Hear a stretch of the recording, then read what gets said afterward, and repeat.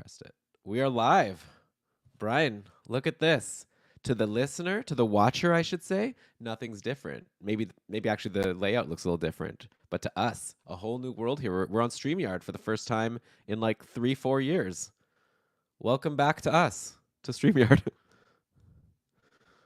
Brian, do you feel welcome here? Are you talking? Is your microphone not working? Oh, I don't hear you now. You're muted. What happened? The connection, you can hear me now? Yeah, now I can hear you. The connection, I don't know on your sure mic, but mine, it's so finicky. Oh. Like I don't even touch it, and it's like your mic is disconnected. Oh no, maybe you need a new cable. Oh, Ugh.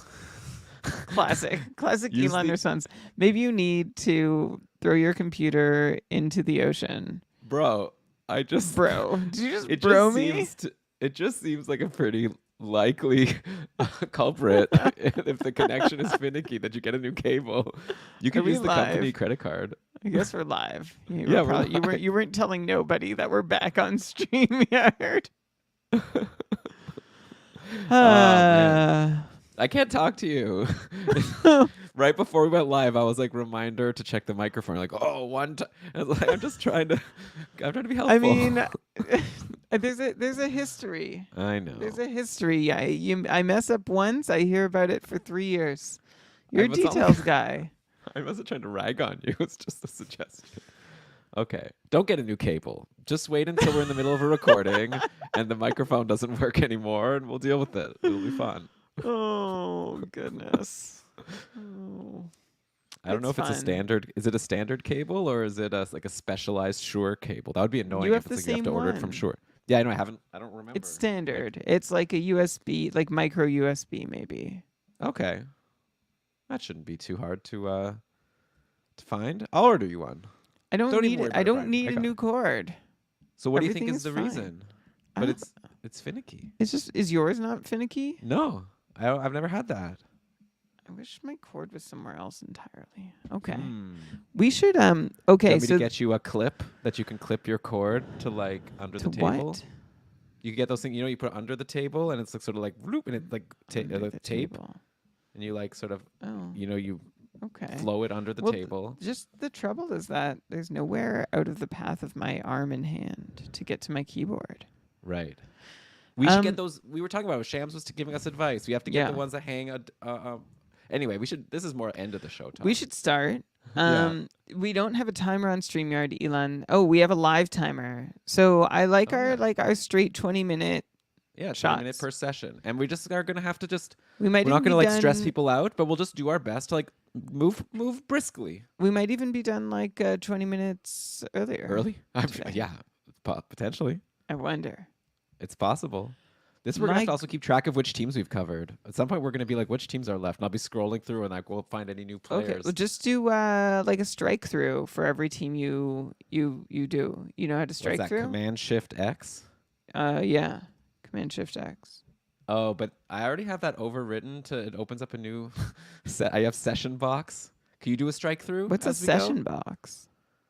I use it for work. It like it opens a new window that's like in a new, as if it's like in private mode, like without any cookies. So it's like I can like pretend I'm logged in as an admin and I'm logged in as a borrower. Okay. And I'm like, and it's like, so anyways, that's what my Command Shift X does. It opens a new session box. I window. see. That's so cool. I love session boxes. StreamYard is like a session box. This StreamYard is pretty cool. There's a lot of features here we'll be able to use one day if we get around to it. But anyways, okay, let's start. No one cares. All right. It's kind of cool that we have people watching. We have 4 people watching while they could be watching football. Maybe they're Yeah. watching both. Thanks. I'm watching both.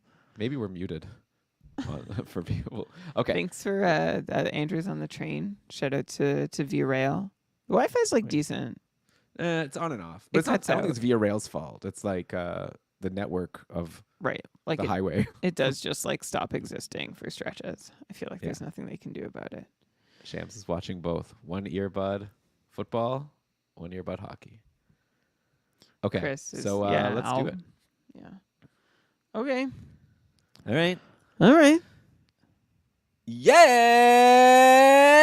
Yes! Welcome, everybody, to another episode of Keeping Karlsson Fantasy Hockey Podcast, the longest running fantasy hockey podcast in the world, hosted by two guys, one of whom, the listeners should be very thankful that I'm here because I got invited to a pretty swanky, cool Super Bowl party, but I was like, nah, I can't. I have to record a podcast. And then my friend was like, oh, what dedication, recording a podcast during Super Bowl. And I pretended to be like super cool as if like, and not as if like, I don't really follow football so much. But anyway, good luck to the Chiefs and the San Francisco 49ers. Shout out to John Reed, who's cheering for the 49ers. I'm your host, Eli Dubrowski. That was a terrible intro. I am here with my co-host, who we have a really jam-packed show to break down, and I see he's written a lot of notes, so this is going to be a good one. It's Brian Com. Welcome back, Brian. How's it going, man? Hey, I'm okay. I'm feeling like the bridesmaid here. Like you're big timing us. Like, oh, I could have been at a big Super Bowl party. That's and not big timing. Here I am with you on the podcast. I big timed the person who invited me to the Super Bowl party, saying like I had better plans. I think you needed to like adjust your presentation of that whole thing. I was invited to a Super Bowl party, but I said, hell no, I got a podcast to record. We got fantasy hockey. Life goes on. We don't stop this for a football game. A football game. Come on. He was like, come on. I should have. I tried to say it like that, but you did it much better. Maybe for part 2, you can just do it again and do it better. Like, to be honest, I was mostly excited about that invite because he said there's going to be food. It's like, I don't know. I'm always interested to see what food people are going to serve. I would want to know the food. Like, what was it? You said it was swanky. I want to know, like, what's the swank? Is it like a high class or just like classic with a lot of food? I think it's more like a bro-y, like lots of food and drinks. Like, I guess I said swanky. He said, I'm going to my friend's house to watch the game. His dad bought this massive TV basically for football, usually 4 or 3 people there, and we just eat and watch the game. Sounds like fun. Sounds swanky. It sounds fun though, right? Sounds fun. Watch with his dad and like on a big TV and eat all the food. And just before we get started, I want to make it clear that I also turned down a Super Bowl invite too.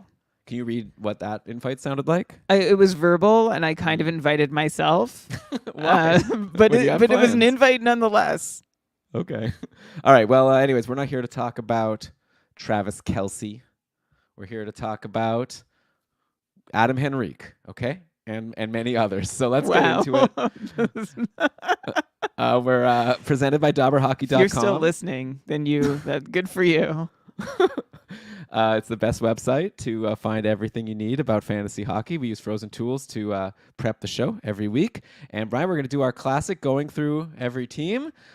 Today, here's the plan. I'm looking at the leading scorers in the NHL. We're going to go player by player, like knocking out teams as we go. And it'll be a challenge to us to like not miss any teams. At some point we'll be like, I think we're done. And then you'll be like, wait, did we cover a Chicago player? And then I'll be like, I guess not. And then we'll get to Chicago. I assume Chicago will be last. But this is a surprise. I haven't looked in advance. I'm actually... Brian, do you know who's number 1 here? Do you know where we're starting?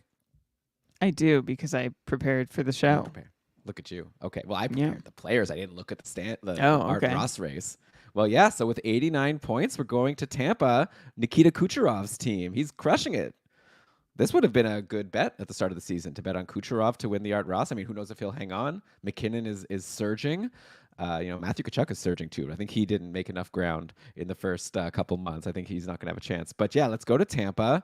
Look, the news out of Tampa is kind of sad, right? It's this Sergachev thing is the big news. I don't even know what there is to say fantasy-wise, but Sergachev came back from his injury, got hurt in that first game back, and now he's likely out for the season. Huge bummer for him and the Lightning, of course.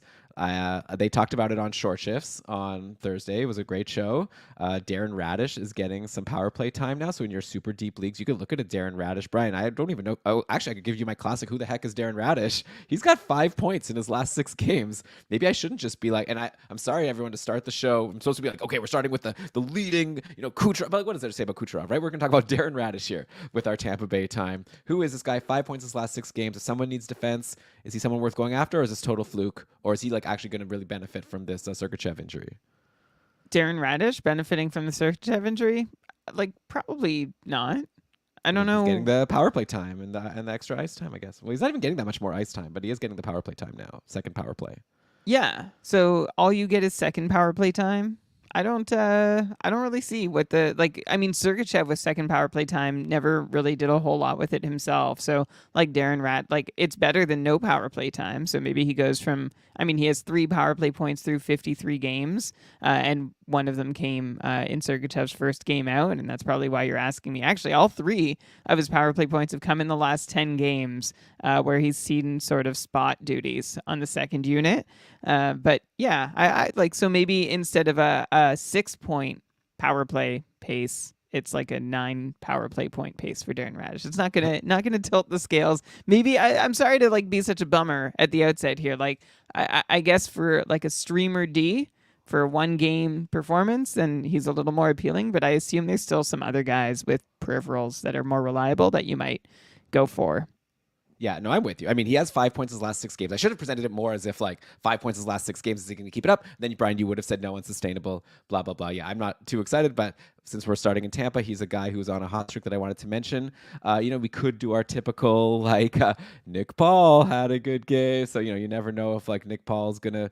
But he actually wasn't even on, or it looks like the power plays were changing up in the last game a little bit. Sorelli at some point was there with Stamkos, Kucherov, Point, and Hedman. So I wouldn't read too much into Paul, but he did have a goal and an assist. He's actually had 2 1 goal, 1 assist games in his last 4, and the others were pointless. So 4 points his last 4 games. That was a win against Columbus. So anyway, I don't know. I don't think we have too much to talk about over in Tampa, unless you have something before we move on to the next player. Well, Nick Paul, I was gonna say, like you said, it's random production, and sometimes he gets on a roll. But being on a roll for Nick Paul doesn't even mean that the roll is going to continue. He's a touch above streamer when the points are coming, but never indispensable. So that's the Nick Paul gamble you take every time. I thought you were going to mention Brendan Hagel. Can I Yeah, talk we about could. Brendan Hagel for Yeah, sure. Sorry. 10 Yeah, seconds on Brendan Hagel? he's doing Se- so well, right? He's having such a huge season. yeah, amazing. 74 point pace with just 6 power play points. Those are Timo Meyer numbers, Elon. Like that's top line. Like those are Nick Ehler's numbers. It's Right. crazy what Brendan Hagel's managing to do with like no power play production. A bunch of points, like to get him up to the 74 point pace, have come in the last 6 games, and a lot of those have been goals. He's got 6 goals and 4 assists for 10 points in his last 6 games. 17 shots, so a goal on every 3 shots, 35%. But he's taken 3 shots per game. But also that's not going to sustain. So, like, the thing is, I'm also not saying that I don't see anything that looks so unsustainable for Hagel on the whole, which is like, I wouldn't have thought that I'd be saying that. Like, he seems like, I haven't necessarily seen the sort of skill guy underlying. Like, he seemed like he could be a useful player, but I think he's better than we gave him credit for. And at 5-on-5, he's playing with like Sorelli and Paul most often, which is not the like last year. Hagel paced for 65 points with more power play time and playing with Point and Kucherov. And so without the power play time and without those line mates, you might have thought that he was going to go away, but he's not. So like maybe 74 points isn't all the way sustainable for Hagel, but I still see 65 plus as being reasonable. And I don't 74 point pace is not criminal. Like I'm not looking at it being like, this is crazy. So way to go, Brendan Hagel. Yeah, and who knows? Like at some point in his career, maybe Tampa does give him that power play time, and then who knows what that upside becomes. So maybe could be a sneaky pick in drafts. People are avoiding him without the power play. You never know. So Brian, let's go next. The next leading scorer is Nathan MacKinnon, who, believe it or not, is actually cold right now. He's pointless in his last 3 games. Makes sense. Colorado has they had 4 games this week. One of the few teams that played 4 times. They lost all 4. Like the last couple weren't even particularly close against Carolina, and then they got shut out by the Panthers. I think it's pretty clear they're missing Nichushkin, right? He was clearly a big part of their team. And I saw some tweet. I don't have it I don't have it in front of me, but it was something like their record with Nichushkin and without Nichushkin since they added him to the team. And it's they're close to a 500 team in the few games. It was 15-13 or something without Nichushkin on the team, and then with him they're insane. So hopefully for them, he gets. Obviously he needs to get himself right, but all that. But hopefully for the team he comes back soon, because it's a bit of a slide here.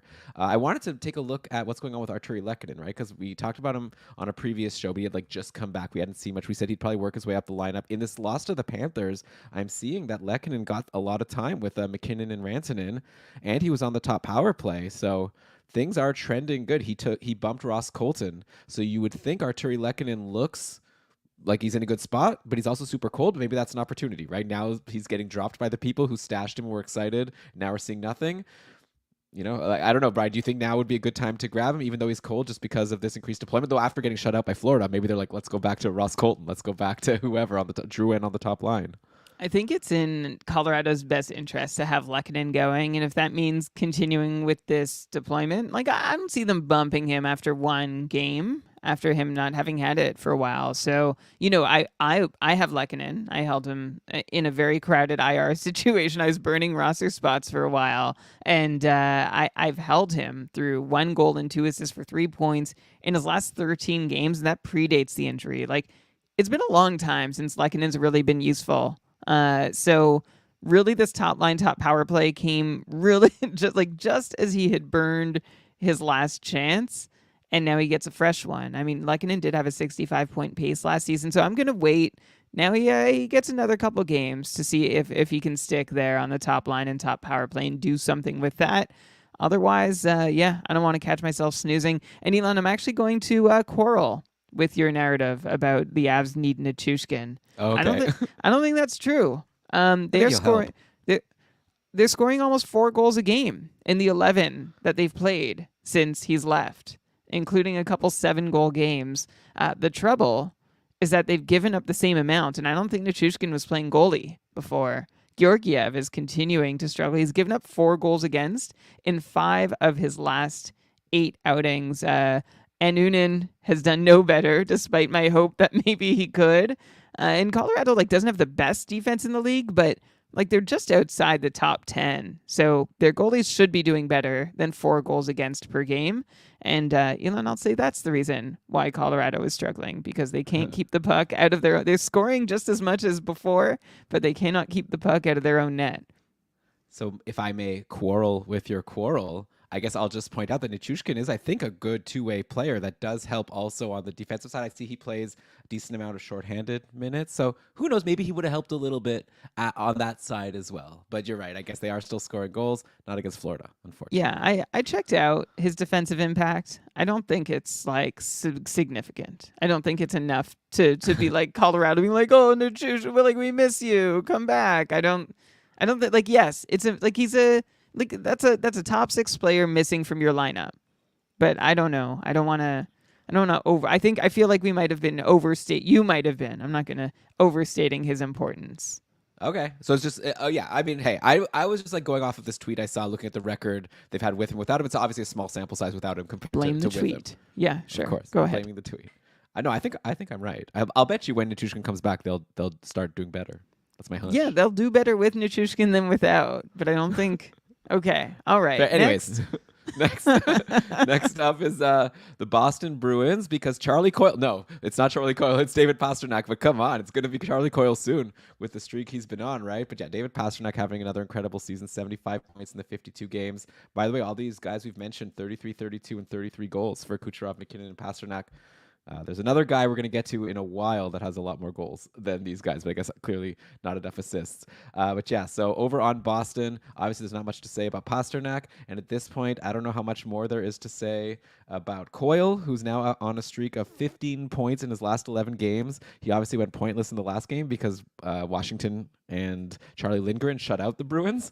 But before that, it was an incredible point streak for Coyle, which I expect to continue. Someone asked us on our Discord, if you're ever gonna give that apology to Charlie Coyle. I think you did at some point, referenced it or something. But anyways, Charlie Coyle's hot. I don't know what you want to say about him. And then on the flip side, though, we should mention that the one player who's cold on this team is Jake DeBrusk, who has sort of been, hot and cold. He started the season cold, then at some point was like, no, you should grab him. Things are starting to pick up, but now pointless in 5 games for DeBrusk. So are people snoozing?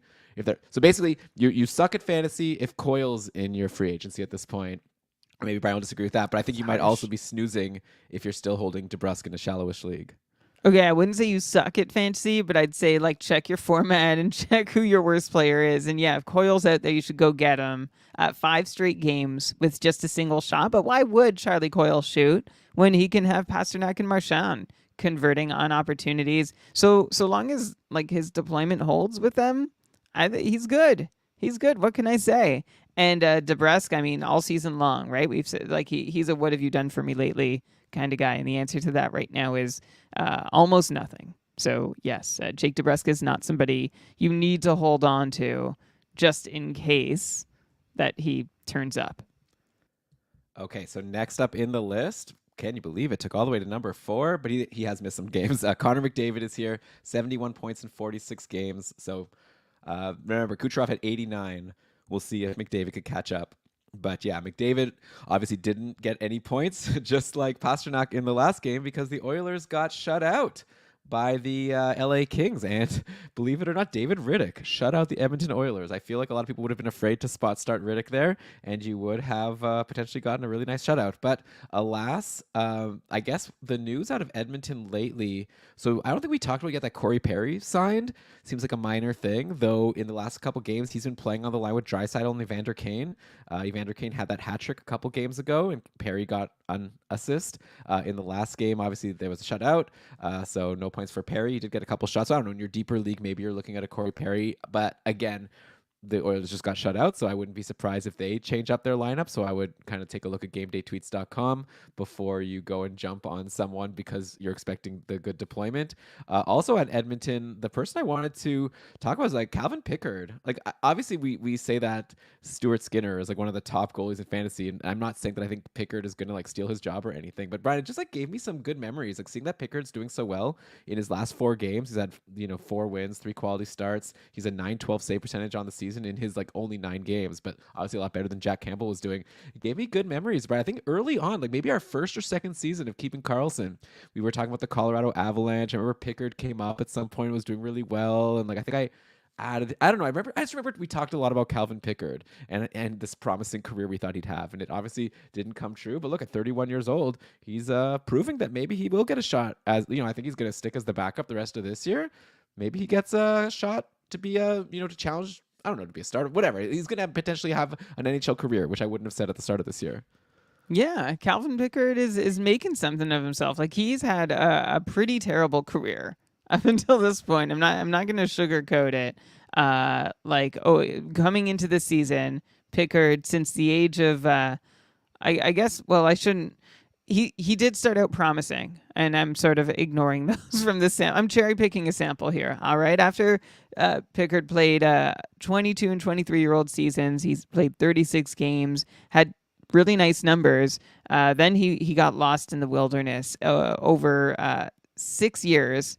Pickard played in 80 games, had an .892 save percentage, 42% quality starts, 17 really bad starts, which is like that's like a quarter, like 1 in 4 times he was going to blow you up, and that's not acceptable. So this year, Pickard seems to have found something, which is nice. And the irony is that like Jack Campbell, like he's doing better than Jack Campbell was, right? And Jack Campbell was someone who had resurrected his career and had another shot to sort of reach his potential, and he wasn't able to grab it, and it's made room for Calvin Pickard. So there you go, Elon. There's your Calvin Pickard appreciation moment for the sentimental attachment you have to him from the early days of our show.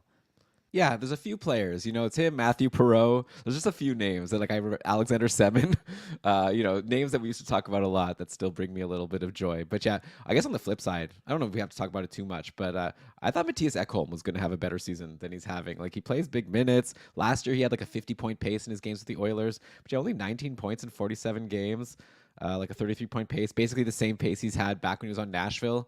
I don't know. I thought that being on Edmonton and playing with all these high-scoring guys, I thought it was going to be a big year for Ekholm. So, I don't know, really quickly, Brian, like, is it a matter of just, like, is it bad luck at all? Or is it just like, no, this is what we should expect, like, moving forward? Like, this is him no matter what team he's on. This is it. This is who Ekholm has always been. And, like, I know the thought was, like, right, he's on a higher scoring team, so shouldn't he be getting in on more goals? I guess to his bad luck, he's actually been on the ice for fewer goals per 60 minutes, well, than his stint last year in Edmonton. Although it hasn't really changed compared to the rest of his career, and the rest of Ekholm's career has been pretty low scoring. So I think that's this is just the way that it is with Matthias Ekholm. I'm not sure if that means he's getting like the hardest matchups where the Oilers can't be terribly offensive. Yeah, I don't know. I felt confident about that answer, and then I started giving it, and I was like, I'm gonna look something up while while you're talking next. But I'm not so surprised, but I'm gonna look and see if maybe I should have been. Okay. So while you look into Ekholm, let me talk about the next guy on our list here. Elias Pettersson rounds out the top 5 in NHL scoring right now with 69 points. He's actually tied with JT Miller, who also has 69, but Miller fewer goals. So we're talking, but it's both of them. We get to go to Vancouver. They made it easy for us for this show format. So we're going to the Canucks, and so obviously Pettersson and Miller are great. Pettersson's on a nice hot streak right now. It's like obviously he's been on one basically all season. Currently, what Frozen Tools shows is 24 points in his last 15 games. Not too shabby. Had a 3-point game against Detroit earlier this week. I guess we should check in on what's going on with the whole situation with Elias Lindholm, right? They've brought him onto the team. They got a nice win today, 3-2 over Washington. Didn't go as well yesterday versus Detroit, where they blew a lead and ended up losing in overtime. The lines today for the Canucks, for what it's worth. So Lindholm, remember, Brian, when we talked about the trade last week, the plan was that Lindholm was going to be playing with Pettersson, so that already changed. Today the lines were Pettersson with Höglander and Pius Suter. So Mikheyev wasn't even there now with Pettersson. So Mikheyev, fourth line, forget about him. And then it was Lindholm with Miller and Brock Besser. So definitely a big change from what we were expecting, and maybe things will continue to shuffle around a little bit. I don't think anyone's value changes that much, except for obviously if Pius Suter and Nils Höglander stick with Pettersson, then those are good spots, but also these are guys that have been getting good situations before and, never sustained significant fantasy relevance. Höglander, by the way, though, has scored goals in 2 straight games. So someone to maybe put on our radar in a super deep league.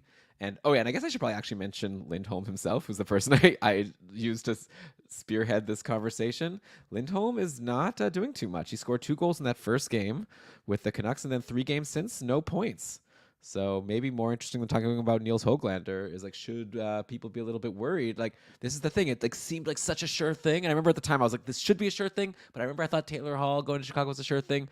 But it's also very small. Obviously only 3 pointless games. But should people who thought that Lindholm was going to be such a sure thing here be a little nervous that it's started quietly? No, I don't think so. Lindholm's still playing 20 minutes a night. In his last 2 games, he has 3 shots in each of those. He's on a scoring line. There's 3 scoring lines. You're good. He's not in danger of being bumped off one. He's on the top power play. So I think Lindholm's going to be all right unless he returns to Carolina mode. And his only actual offensive potential could show in whatever Calgary did. Because we've talked about it already, right? That in Carolina, he was so frustrating because all the pieces seemed to be there, but the offense never really came together to the point that when he went to Calgary, I wasn't really convinced that he'd make something of himself. And sure enough, he did. And now that's the only piece of this that feels a little touch and go is that Lindholm has. But a lot of players have been with Carolina and not been able to do a whole lot. So I'm still giving Lindholm the benefit of the doubt, and that all that regression that we referenced on the last episode is going to take hold, and he will be just fine. Also, Ekholm, the thing I wanted to look into was who he had spent the most time with on the ice, and it has been McDavid and Hyman and Nugent Hopkins. So I'm not sure why his expected goals numbers aren't significantly higher than the rest of his career. They're a little bit higher. But he's not really benefiting a whole lot from it, unfortunately. All right. Well, unfortunate for Lindholm, unfortunate for Ekholm, and unfortunate for the listeners that we're going to take a break. But don't worry, we'll be back very soon. You're listening to Keeping Karlsson. Okay, Brian, we are back. We're done with the top 5, actually the top 6, since Miller snuck in there. So let's next go to, this is probably a fun game for the listeners. Fun for me, actually. I didn't look in advance to see what the order was going to be here. We're going to the Rangers. Artemi Panarin comes up next in the list, 68 points in 52 games. What a season for Panarin, right? Who's obviously had an incredible career since he's come over to the NHL. But right now he's pacing, actually, it's not even his best pace. I was going to say he's pacing for 107 right now. His first couple years on the Rangers, he paced for 113. And then since then, 105, 92. What a slump last year. Only paced for 92. And now look at him back at 107. So Panarin is incredible. Again, a lot of these people that I'm bringing up in the list here aren't really worth talking about for fantasy. Actually, the guy I want to talk about on the Rangers, kind of in the Calvin Pickard, vein, except maybe a more mainstream player, Jonathan Quick. What an end to his career he's having. I thought, that's the thing. That's goalies. I don't even want to do this anymore and try to predict goalies. You would have asked me at the start of this year, I'd be like, the Rangers having Quick as their backup is they're just going to have to play Shesterkin all the time because Quick seems so just cooked. He stunk last year in LA. They needed, I already forget his name now. They needed that guy to come in. Corpusalo. Copley. No, Copley. Well, Copley. first Copley to save Yeah. the day, and then Corpusalo eventually. Yeah, and then Quick went to and won a cup actually. But anyway,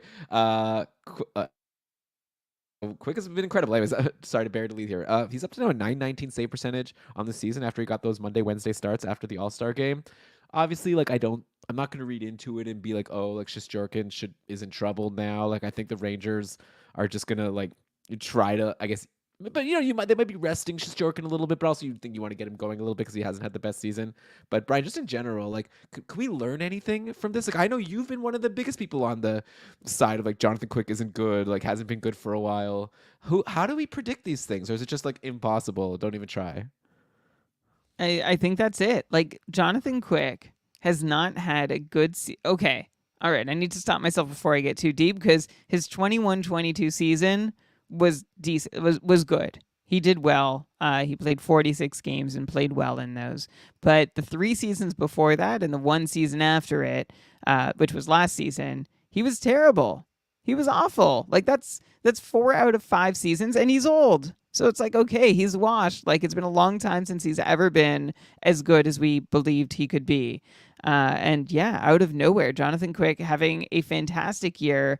921 short-handed save percentage. All right, that's one of the reasons why. And just if that doesn't mean anything to you, to contextualize the 921 short-handed save percentage, Igor Shesterkin's 5-on-5 save percentage this year is 906. And Quick himself has a 913 at 5-on-5. So doing better on the penalty kill than any other Rangers goalie at 5-on-5. And 921 shorthanded, also not far off of Igor's 927 and 928 from 2 of the past 3 years. The other year was 934.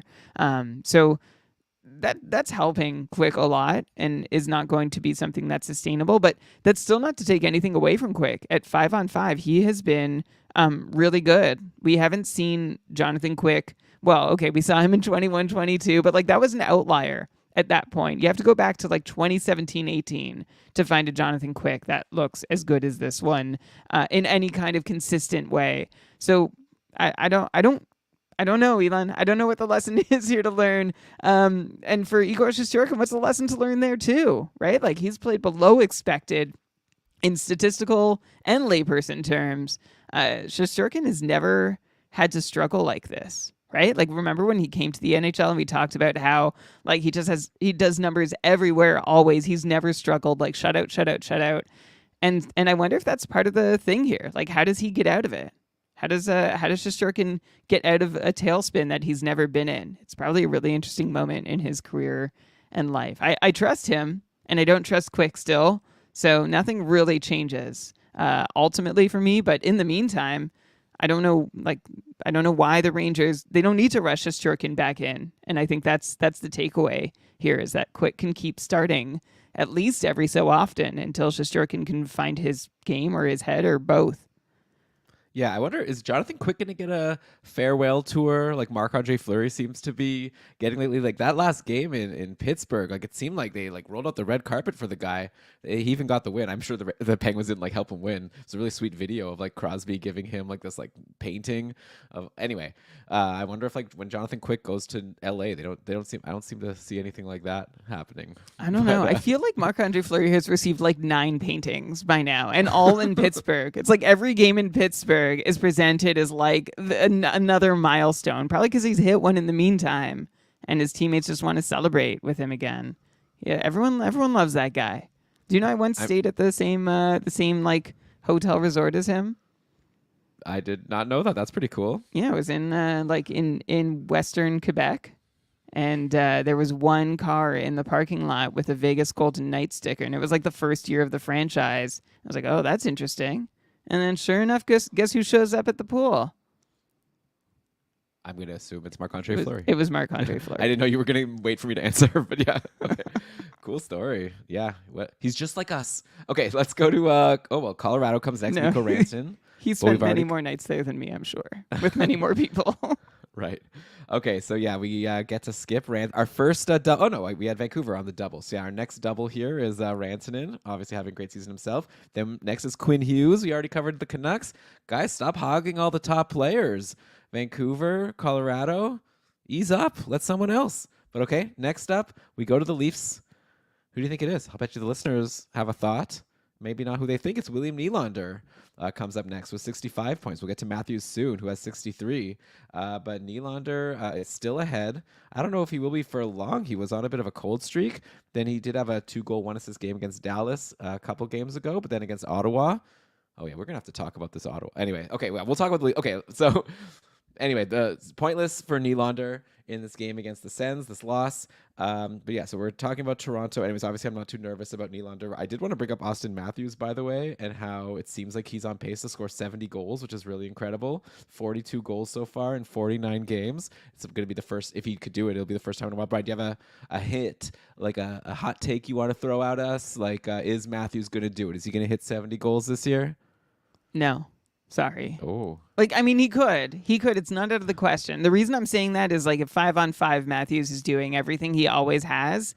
But on the power play, he's doing really well. And you know what? It could continue, but I don't see anything really changing in what he's, like, where he's shooting from and how often he's shooting on the power play, except he's shooting 27% versus his usual, like, 20% on the power play. So it's not a big spike, which means it's not so unsustainable. And that's what's helped Matthews already to 11 power play goals in 51 games, and his career high is 16. So it looks like he's poised to break that. 60 goals remains in sight as ever. 70 may be tough, but you know, Elon, like it makes me sound like the bad guy. Like, oh, Matthews isn't going to get 70. And so let me end on a positive note by just like reminding everyone, like, what a bounce back after the 40 he scored last year. Right? Remember everyone pulling their hair out over that. And like there was, I think it was never really clarified, right? Like we've just assumed that there was like like some injury. He was not 100% with all the muscles and bones that he needed to shoot.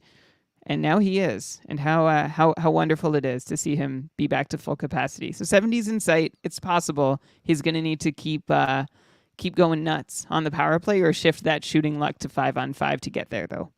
Right. And then also it's fun to see that John Tavares has turned things around. We talked about his cold streak a couple of weeks ago. The Dauber writers on that show they did for us were talking about it. And it was fun. In hindsight, this take didn't age well. That like now on the power play, Tavares is like deferring to other people. And that's why. And then since then he had 4 power play goals in 3 games. So I guess Tavares took that personally. And so he's back on track. And then Brian, what we got to really talk about, the big news in Toronto right now is Morgan Rielly's going to get suspended. And I think it's not going to be for a short time. He's having an in-person hearing, which apparently means it's like more, they could be more than 5 games. If it was a phone hearing, it would be capped at 5. Brian, is it okay if I like rant for a second? Yeah. Like I'm gonna do the Brian move here, but okay. I found that really terrible what happened. Like really Greg goes in, does a slap shot into the empty net. He's like, just scored, assumes the play's over. I think reasonably so. He just scored a goal. Then Morgan Rielly's mad that he slap shotted the puck into the net and goes and like smashes him in the face with his stick. Like, what is it? Isn't this like supposed to be a television program that children are like watching? Like, how is this? And then like people are saying after how like it was disrespectful that he like did a slap shot. Like, I thought these are supposed to be like big macho guys. Like, why are they so sensitive? Like, oh no, he hurt my feelings. Like, I'm gonna have to hit him now. Like, I'm gonna have to smash him in the face. Like, calm down. Like, who cares? Like, what is with these sensitive hockey players being like, oh, you can't do that. Like, relax. That was the stupidest thing I've ever seen. And I can't. And when I see people and I don't care. Like, people could come at me at Kevin Karlsson. I'm the one who checks the Twitter. If you think like I don't get it, you could tweet at me being like, you don't play hockey, you don't get it. It's like, that is so stupid. Like, let the guy do a slap shot into the empty net. It's like, it's for fun. Like, this is a game. This is an entertainment product.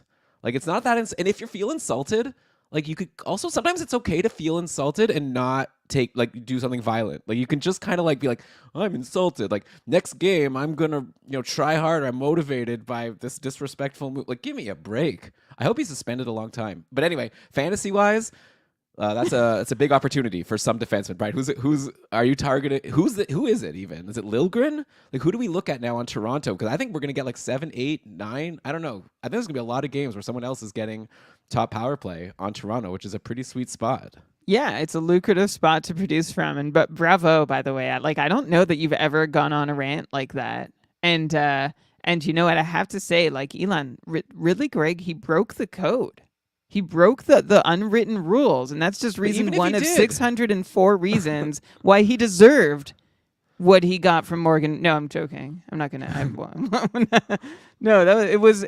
Come on, yeah, and like so grow it's just up. it's It's like a kid. It's like I'll take my kid to like Yeah. early on, and then it's like someone takes like my kid like takes someone's ball, and then the kid like hits her, and I'm like okay, like and it's like okay, well he's 4, he doesn't have like anger control yet. Like you think like a grown adult, a multimillionaire, has like learned how to conduct themselves in society. I It's don't know. like a really embarrassing moment. Like I think, like you never want to, like you could be like, yeah, I had to send a message, but also you just show that like you got, like they're in your head, like it's not a good Mhm. look to be that unhappy. And I love the like, well, it's disrespectful to do that. Oh yeah, so like it's perfectly respectful in response to cross check someone in the like, come on. Come Get out of on. I here. mean, it's Get all out of here with Jersey that. colors, right? Like dictating the argument anyway. Um, anyway, Who are we adding in Lilligren. fantasy on Toronto? Lilligren. I mean, the second power play doesn't play a whole lot. Like in the game against. Well, actually, I'm looking at the last 3 games. Morgan Riley has played 96% of the time. Tim Lilligren has played 9 seconds on the power play in the last 3 games. I like, is that truly correct? It must be. So like, I guess it's Lilligren. He has 2 power play points in 33 games with the second power play deployment. So Elon, let me toss it back at you. Lilligren or Darren Radish? Like obviously I would want confirmation that Lilligren is the guy, but I guess give me the Toronto top power play Yeah, I defenseman. also I kind of wanted to make it so that you had to decide today though. Okay, well I'll take Lilligren, but I'll drop him. Like if you're saying it's like I get one ad for the whole rest of the season, then I guess give me Radish because he seems like a solid piece that No, it's for I don't the know. week. Yeah. Okay, yeah, give me Lilligren, but who knows? I hope it's like Jake McCabe. I have him in one league, and he's been really great for like bangers and does like chip in the occasional point. I imagine it's not going to be Jake McCabe though, but that would be pretty sweet if he did get power play time now. Maybe he could get power play too. Probably not. Yeah, well, you Okay. can get power play too and play 2 seconds a night. Yeah. All right. Well, let's go to our next team here. Oh no, Brian. Not to stress people out because I know the patrons said they didn't like it when I was like looking at the clock too much, but I took a lot of time on that Toronto team. So we'll see what we do. But anyways, next up we're going to Florida. Sam Reinhart clocks in 64 points. He's also got 39 goals. He's catching up to we're talking about Matthews like approaching 70. Like Reinhart's not too far back with 39 compared to 42, though Reinhart has played 3 more games, so he's a little bit back, but he's having an incredible year. We've already talked about him a lot. Matthew Tkachuk, by the way, I saw a tweet saying he leads the NHL in points since January 1st, even ahead of McKinnon. So, like a huge turnaround for Tkachuk. It's been incredible. Barkov's also been amazing. Not too fantasy relevant. I guess the guy we need to talk about now, and we've done this before, and it didn't turn out well for me. Like Sam Bennett is cold. Last time Sam Bennett was really cold, I dropped him, and then I really regretted it. But yeah, 4 games in a row now with no points for Bennett. Only 2 1 or 0 shots. Like he's like the shooting has disappeared. It's only 4 games though. I'd imagine we should learn our lesson, or at least I should learn my lesson and not recommend to drop Sam Bennett. Or are you seeing something different here? I don't know. He's been a really hard player to read. And by the way, for anyone who bought low on Kachuk, way to go. If you did successfully do it, send it. Like, I'm curious to know what you did it. We should check the couple trades channel actually and Oh, see true. see what the deals were. I actually did that for John Tavares to see, because like you mentioned him for the Leafs and like the buy low window, which we said was there, right? We said it was there, and it's closed. And so I went to see if anybody did a buy low or sell low on John Tavares, and one person, and it was Blake Creamer, who hosted the show, who was like with the Dobber writers, where the theory was the was shared trade? that he traded John Tavares for Tage Thompson. I mean, that's like really could go either way. Like I don't think Yeah. that's like the person who traded Tavares was like giving up on him. But Thompson, and also Buffalo has that good playoff schedule. But man, like Thompson's been such a frustrating. I think I even low. I think I would like. I think that was a nice. Like I would have liked Tavares there. I think that like Seems more that's like reliable at this point. yeah. It's easier to say now that he has 4 power play goals in 3 games. Yeah. By the way, he was against me in the couple this week, so you're welcome to everybody who. Where were we? Sam Bennett. Rare. Yeah. Well, he played less than 15 minutes on Saturday night, and that's rare for Sam Bennett. And he's only taken 5 shots in his last 4 games. So I don't know. I have him in one league too, Elon, and I'm losing patience. Like this comes after, like you said, he went on a crazy hot streak. All right, which capped off 13 points in 13 games, which was Bennett's only productive run of the 40 games he's played this season. So like that's like so 2/3 of the season Bennett's been doing nothing. And he's been a really hard guy to read this year. His indicators for offense are down a bit at 5-on-5. His power play scoring is fine. Like it's never been amazing, so it's just fine. He was a 52-point player last season. This season, Bennett's at a 47-point pace, which like is not unreasonable. Like maybe that's just how it is. But the thing that hurts is his shots have gone away, even though his shot attempts haven't gone down a whole lot. It seems like fewer are getting to the net, and I wonder if that's something that's still gonna correct over the rest of the season. But if you're wondering whether to drop him, I would hang on just a little longer and see if he can get hot again. But I think you do need to be mindful, especially in shallower leagues, of how he compares to the best free agents. Yeah. Okay. Yeah. Sorry. Yeah, also his power play time has gone down. But again, when I dropped him, his power play time was down. He was on the second power play. Then next thing I knew, he was getting first power play again. So yeah, really tough guy to peg for sure in Bennett. I like your advice. Maybe give it a little bit longer. Okay, so next up, we are going to, well, we have to scroll a little bit because next we have Matthews. Then we have Makar. Then we have Draisaitl. Then we have Marner. We talked about all their teams.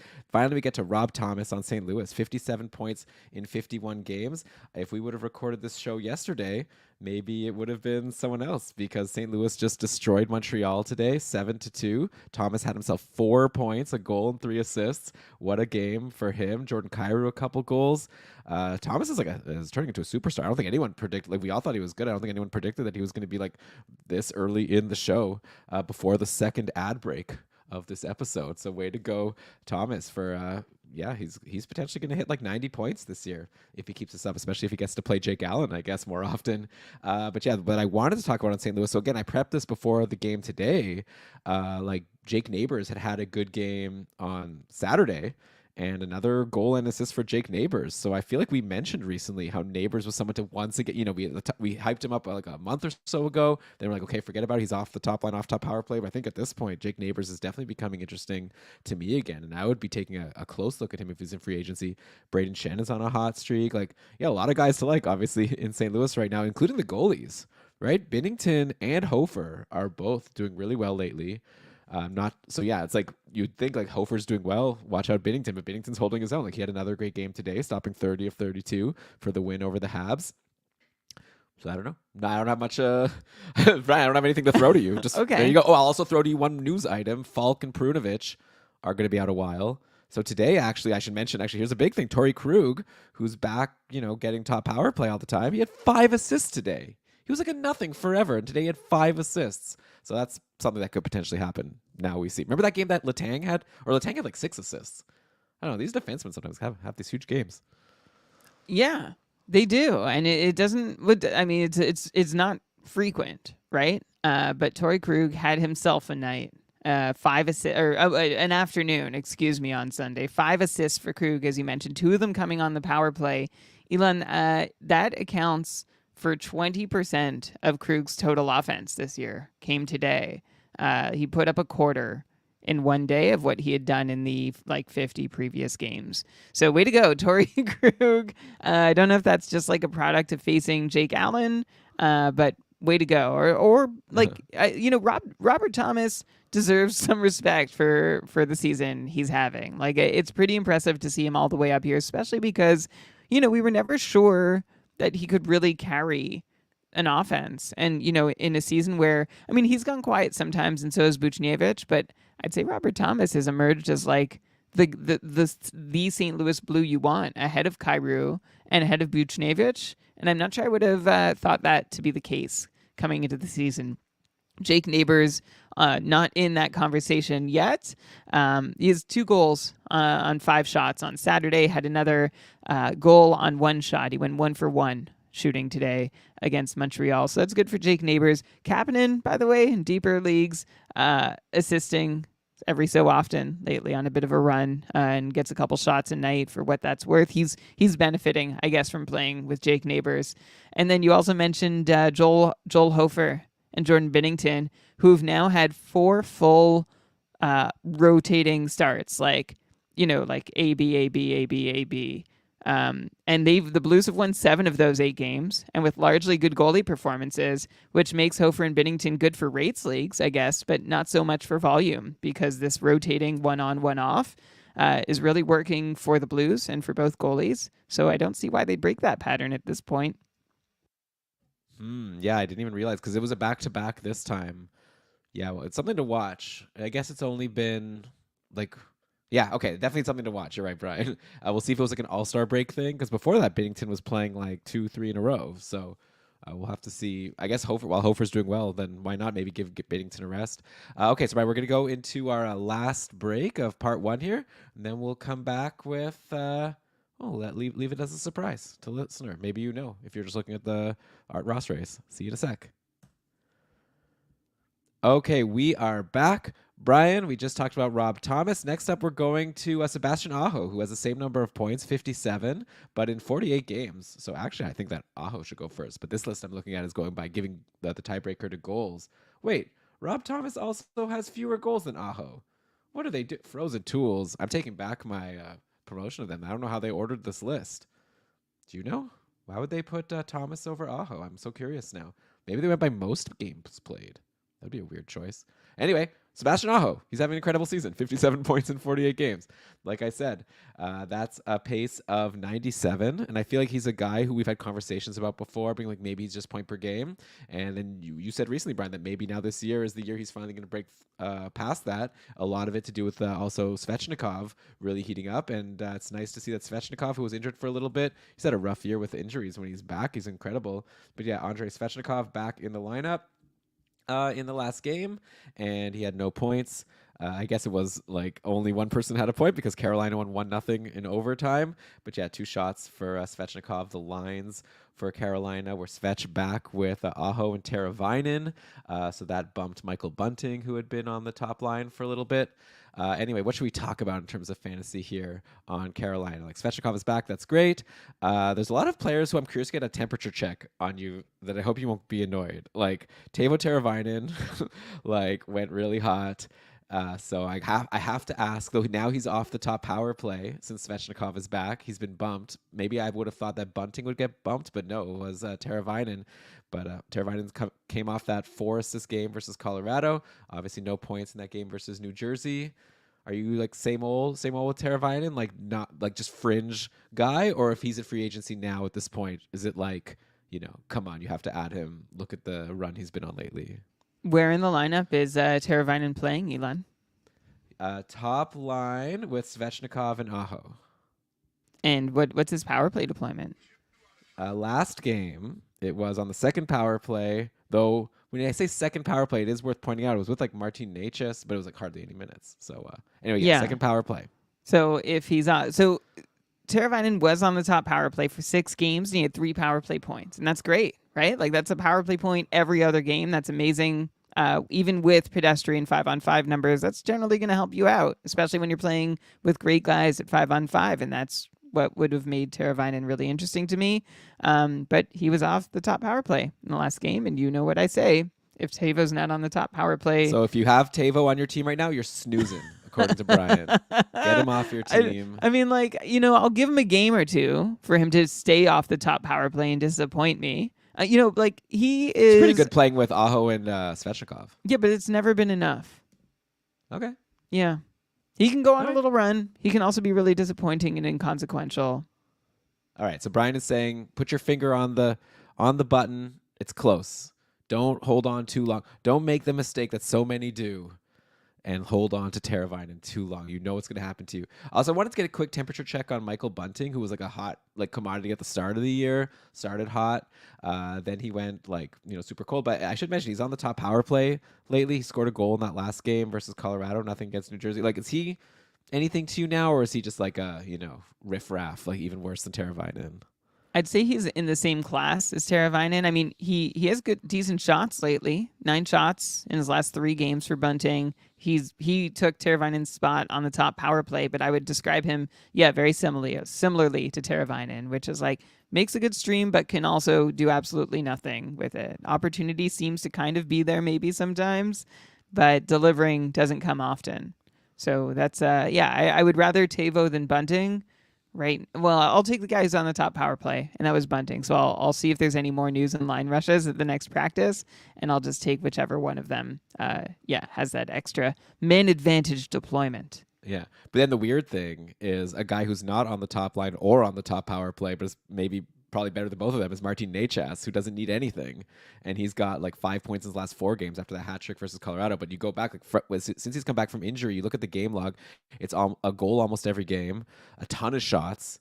So Necas is like, he's above all of this, right? We don't care about his deployment. He's just incredible. Or do you think this is going to cool off? Because how can you be so hot playing with, what was it, Bunting and someone?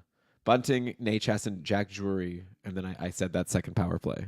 Yeah, I mean, he has 2 power play points in his last 6 games from the second unit, which we shouldn't expect to continue. Both of them were goals, so that's great. He's shooting on the second unit, but still, that is a little more than we'd expect there. Also, curiously, like you mentioned, Natchez's line mates, and 7 of his last 9 points have been goals, right? So, like, just a couple assists, and I feel like that's gonna have to be the way it is for Necas, given who he's playing with. Yeah, but his shots are so good. So it's really hard to say. Like, he's been shooting a ton since he came back. He only took a shot against New Jersey on Saturday night, but before that, in the 7 games since returning, Necas had 4 more shots in 6 of 7. So that's I would love to see that trend continue. If it does, I think the goals will keep coming. And I think that's like I'd rather have him than Bunting, than power play 1 Bunting or Teravainen, so long as those shots keep coming. Yeah, no, I'm with you 100%. Okay, so next up on the list here, we're at Sebastian Aho. Then there's Matthew Tkachuk. We've already covered Florida with Reinhart.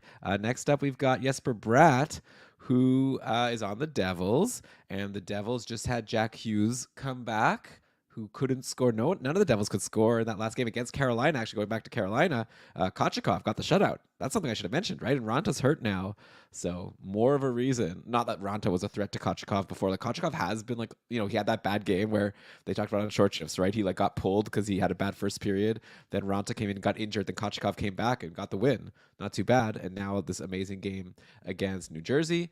So obviously, like, jump on Kochikov if he's available. I don't think there's much to say about that. And then on the Devils, so Jack Hughes is back in the lineup, which is obviously really great for them. You would have thought that they'd be able to score in that last game. But yeah, checking out the lines, Hughes was with Hala and Toffoli. And then Hischier was with Bratt and Palat, who Palat surprisingly has been doing stuff, leaving like Timo Meyer, by the way, on the third line with Mercer and Lazar. So just to point out, Meyer is like 1 point in his last 5 games. I guess we got to be done, right? Like, talking about Timo Meyer and like the cold streak. Like, I think at this point, kind of like give up. Like, I would be close to giving up at this point. Yeah, I mean, like, you can only giving up is relative. Like, okay, let me put it to you this way, Elon. If Sam Bennett was on your roster and Timo Meyer's in free agency, would you make that switch? Like, look, like, Sam Bennett is still playing with Matthew Tkachuk, who's the hottest guy in the league, and Timo Meyer is on the third line. So I think I'm holding Bennett there. So, even though Sam Bennett is like a low 50-point pace guy who's like even in good times. Yeah. And Timo Meyer's still Timo Meyer. Is he? Apparently. Yeah. So you say. No, it's tricky. It's tricky. You know what? In New Jersey, I have to say, and I think I've said this before, like, they're one of like the most static teams in terms of like I think everybody has basically been who they've been since the first 5 games of the season. I think there's been very little that's changed. Unfortunately for Timo Meyer, that means he's still a large disappointment. Yeah. I don't know. Like, would you cut bait in the cupful if you had him? I think so. Like, maybe, you could be the whole thing of like, oh, if you're in a playoff spot and you could afford to wait, you could. But also, it's like, how long am I waiting? Like, and especially now, I need to win. If like there was a week where the schedule wasn't even that good for New Jersey, at some point you just got to move on, or you lose your whole season. waiting on someone potentially. So, but you know me, Brian. Sometimes I give up on people. I gave up on Sam Bennett, and then I regretted it. So, maybe you shouldn't ask me. I give up on people. I gave up on like Ovi and Eric Carlson and Troy Terry, and traded them all away in that blockbuster. And lately, it's those three are all on fire. So, don't ask me. Okay, I'm just reporting the news. You're the one who's supposed to give the advice here. I will say Okay. also, by the way, Jack Hughes, 2 games back since injury, no points. Definitely not nervous about him. He has 11 shots. He had 11. He had 7 shots against Kochekov. Couldn't get anything by him. Yeah, way to go, Kochekov. He's the starter in Carolina, and I'm curious. It's because last year he looked good for a brief spell, and then he couldn't really keep it together. And I wonder, what's Freddie Anderson's timeline these days? Do we have a? I think Do there we have? was Does it there matter? was Do we something even about how he care? was. No, I think we do. Like the other goalies are Spencer Martin and Ronta, who's now injured. Anderson. So I'm looking at game day tweets very quick to just go and search for a player. And the last tweet was on January 31st, saying that Frederick Anderson is set to resume on ice activities. So I don't know. Sounds like nice, but probably not going to be like, imminent. I think we would have seen something else if he was like on practices and like taking shots from players. Like just being on the ice is nice. There's a Yeah. nice quote from him in this tweet. I'm thrilled that I'm a step closer to joining my teammates and competing on the ice. I feel grateful for the help and support I've received from my family and doctors, as well as the entire Hurricanes organization. So that sounds like someone who's like excited that he's still going to have a career, not Yeah, necessarily someone that's a excited to like that- come back next game. that's a really intense. I'm still injured and on my way to coming back message. Yeah. I hope he Uh, gets there. It sounds of like he's been course. through a lot. No, for sure. Okay, so next up, we just talked about. Oh, so it was Jesper. I don't even think we mentioned Jesper Bratt. He's the guy he's having a great year, right? 55 points in 50 games. I'll let people know when we pass the threshold of no longer a point per game players. But next up, we go to the Islanders. Matt Barzal comes in, 55 points in 51 games. Another incredible season. Like, not for him, I should say, for another player who's having an incredible season, because Barzal, this is like his first incredible season in a long time. He's really, and we've talked about it, right? The shots are up. He's like turned into like a real nice, sure thing in fantasy. Obviously, getting Bo Horvat on the team, we said it at the time. It wasn't a hot take, but yeah, that has changed Barzal's career, I think. And also now Patrick Waugh is a coach. That's fun. I don't know how much that's affected Barzal in particular. The Islanders just got creamed by Calgary in their last game, but they creamed Tampa Bay a game before that. So tit for tat. I don't know. Anyways, what should we talk about on the Islanders? I guess like they did a line swap in the last game. They moved Anders Lee off the top line. So we'll see if that lasts. So it was, I think, Engvall who went up with Horvat and Barzal. I don't think I'd be interested in Engvall. So I don't know how much like fantasy relevance that has. It's not like I was even that interested in Anders Lee, even though he was with those guys. I should mention, like, if he's still out there in free agency, Brian, Kyle Palmieri, holy cow. Look at this streak he's on. 6 points in his last 5 games. He had 8 shots in that loss to Calgary yesterday. At some point, Yeah. you just got to jump on Palmieri, right? I mean, he has 45 shots in his last 9 games. That's incredible. 5 shots a night, and that's on average. Like he did have before this 8-shot game, he had 2-1-2 shots in those 3 previous games. But before that, 11, 6, 2, 5, 8. And I was actually trying to see if this started when the coach was fired, and strangely enough, it didn't. He had started shooting the last couple games of Lane Lambert. And then when Patrick Waugh came, thankfully, Palmieri's been able to continue that. So we'll see. But I want him, honestly, just for shots. If Palmieri, like once every 3 or 4 nights, is going to give me a 6 or 8+ shot game, then I will take him on my roster. Okay, so that is the Islanders. Next, we go to Tampa Bay, Braden Point. We've already talked about Kucherov, Brock Besser. Vancouver, calm down. Vancouver keeps coming at me on this list. Like, we already covered you. Okay, so Besser, we didn't talk about him, but whatever. He's covered. Noah Dobson is next. We already covered the Islanders just now. Great season for Dobson. Carter Verhaeghe on Florida. Okay, we already did them. Philip Forsberg is next from the Nashville Predators. Our first Pred. Forsberg barely making the cut above point per game. 53 points in 52 games. Coming off a nice 1 goal, 1 assist, 8-shot game yesterday in the comeback win over the Coyotes. With Nashville, it's kind of boring, right? Like they have that top line and no one else is generally that interesting. We talked about Ryan O'Reilly being on a cold streak last episode. I believe you were like, don't worry about it. And yeah, he's had a couple nice games since. Nyquist is getting some points again. I guess we could talk about Tommy Novak. He's after being nothing for so long. Novak had himself a good game against Arizona, right? He had a goal and an assist, and before that, he had assists in 2 straight games against LA and Ottawa. So we're up to 4 points in Novak's last 3 games. Is this enough, Brian, for you to get back on the Novak train? And Andy, I'm waiting for you in the chat here to write Novak in the Boston accent. By the way, I have a cool feature for the patrons who want to come join the show live. Now that we're on StreamYard, I don't know if I mentioned that actually on the show, not on just the video, but we have a new a recording system here for our live streaming, and I could show comments on the screen. So the live viewing experience is going to be even better once I start remembering to do that. But anyway, Novak. Oh, here it is. Tommy Novak. Tommy. Okay, well, maybe I shouldn't put the expletive here on the screen, so maybe I'll just take that off. Right. So what are we into him, or what? Isn't an expletive if it's spelled in a Boston accent? You tell me. You're more of the censor, I think. I think I would have been okay with it. But putting it back. Okay. Yeah, Novak, a goal and 3 assists in his last 3 games, and 9 shots. That's nice. It's been a while. I have to go. Well, I don't actually. I have to go back to late October, early November to find another 3-game stretch where Novak has taken at least 9 shots. He also did it in the he almost did it early in the season with a 6 and a 2-shot game, and then failed to take a shot in the games before or after those 2 to get to 9. So that's it's nice. I mean, his power play time still isn't there. We were expecting more from Novak this year, and I'm gonna chalk it up to a learning season, a season of growth. He's on a 50-point pace this season, which isn't fantastic. He hasn't been shooting a lot, as I just said. So we'll watch and see if this is the moment he's turning the corner. If this was happening back in late October or early November, I might have gone to jump on Novak and been like, yes, this is what we knew was going to happen at the start of the season. And now it's just okay. I'm not going to do a spec ad here, but I am going to keep watching and see if Novak can keep this up and make something fantasy relevant of his season. All right, yeah. So definitely someone to add to the watch list at the very least. Brian, that takes us to the end of part 1 here. I haven't been keeping count. We've talked about a few teams. Got obviously a lot of fun, interesting players to talk about. Some fun news items that will pop up as we continue in part 2. If you want to get part 2, you know how.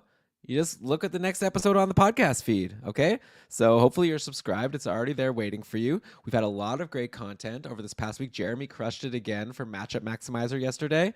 I don't know how often Jeremy's going to take over for me, but I think between you and me, Brian, and I guess now everybody, whenever Jeremy wants to. He's so good at it. If Jeremy, and I think I'm going to jump on to short shifts this week. So maybe a little tradesy. But yeah, definitely you want to be listening to Jeremy's Matchup Maximizer where he looks, and Jeremy is in a lot of leagues and does a lot of streaming. So he's really dialed into the schedule. So he gives really good takes on that episode. 2 great short shifts last week. Yeah, just make sure you're subscribed. You'll get part 2 and all the great content that's going to continue coming out over the rest of the season. But yeah, until then, I guess I'll just say goodbye for now.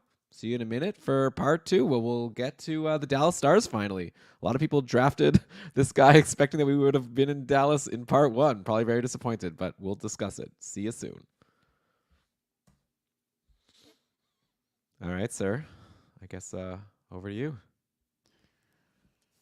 Yes, welcome to part 2 of this week's Keeping Karlsson Mega Show. I am your co-host, Brian Com, with my co-host, Elon Dabrowski. We're both your co-hosts, and we're both each other's co-hosts. There's a lot of relationships happening here. That's what the show is all about. And, to go back to a trope from the first part of the show. Oh, no.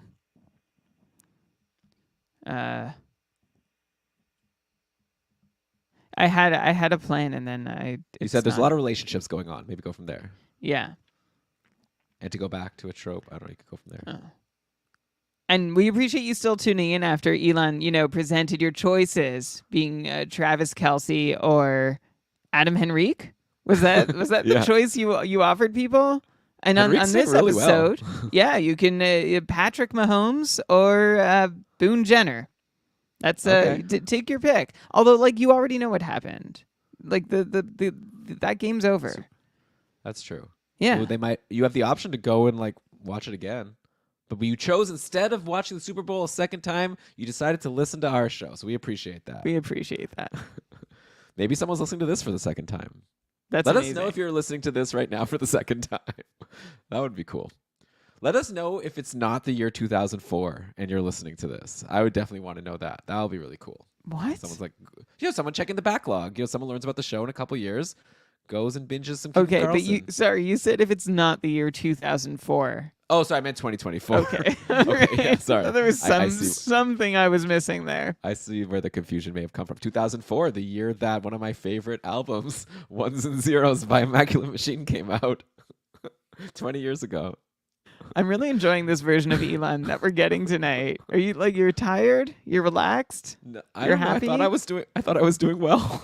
No, we're getting you are. That's what I'm saying. That's Okay. exactly what I'm saying. Thank you. Oh, so then I don't know what you're saying about my previous episodes. But anyways, okay, no time. Let's go to Dallas. Finally, we get to Jason Robertson here. A measly 52 points in 52 games. So he barely cracks point per game. But yeah, this is a guy who paced for 109 last year, right now pacing for 82.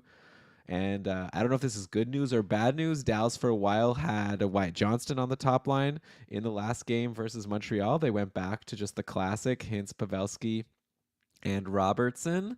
I don't know. Is that good? Is it bad? Like Robertson has assists in each of his last couple games, but only like one shot. Like he's just kind of not. He's like Tage Thompson. I think we've talked a lot about Tage Thompson, probably because I have him on my team. But like Robertson is kind of the same. Like, well, maybe he's better actually. Robertson. That's even just to like say something bad about Tage Thompson. Like even like this is at least better because Robertson's consistently putting up points. Like he's like I said, point per game. But yeah, big fall off. So too bad.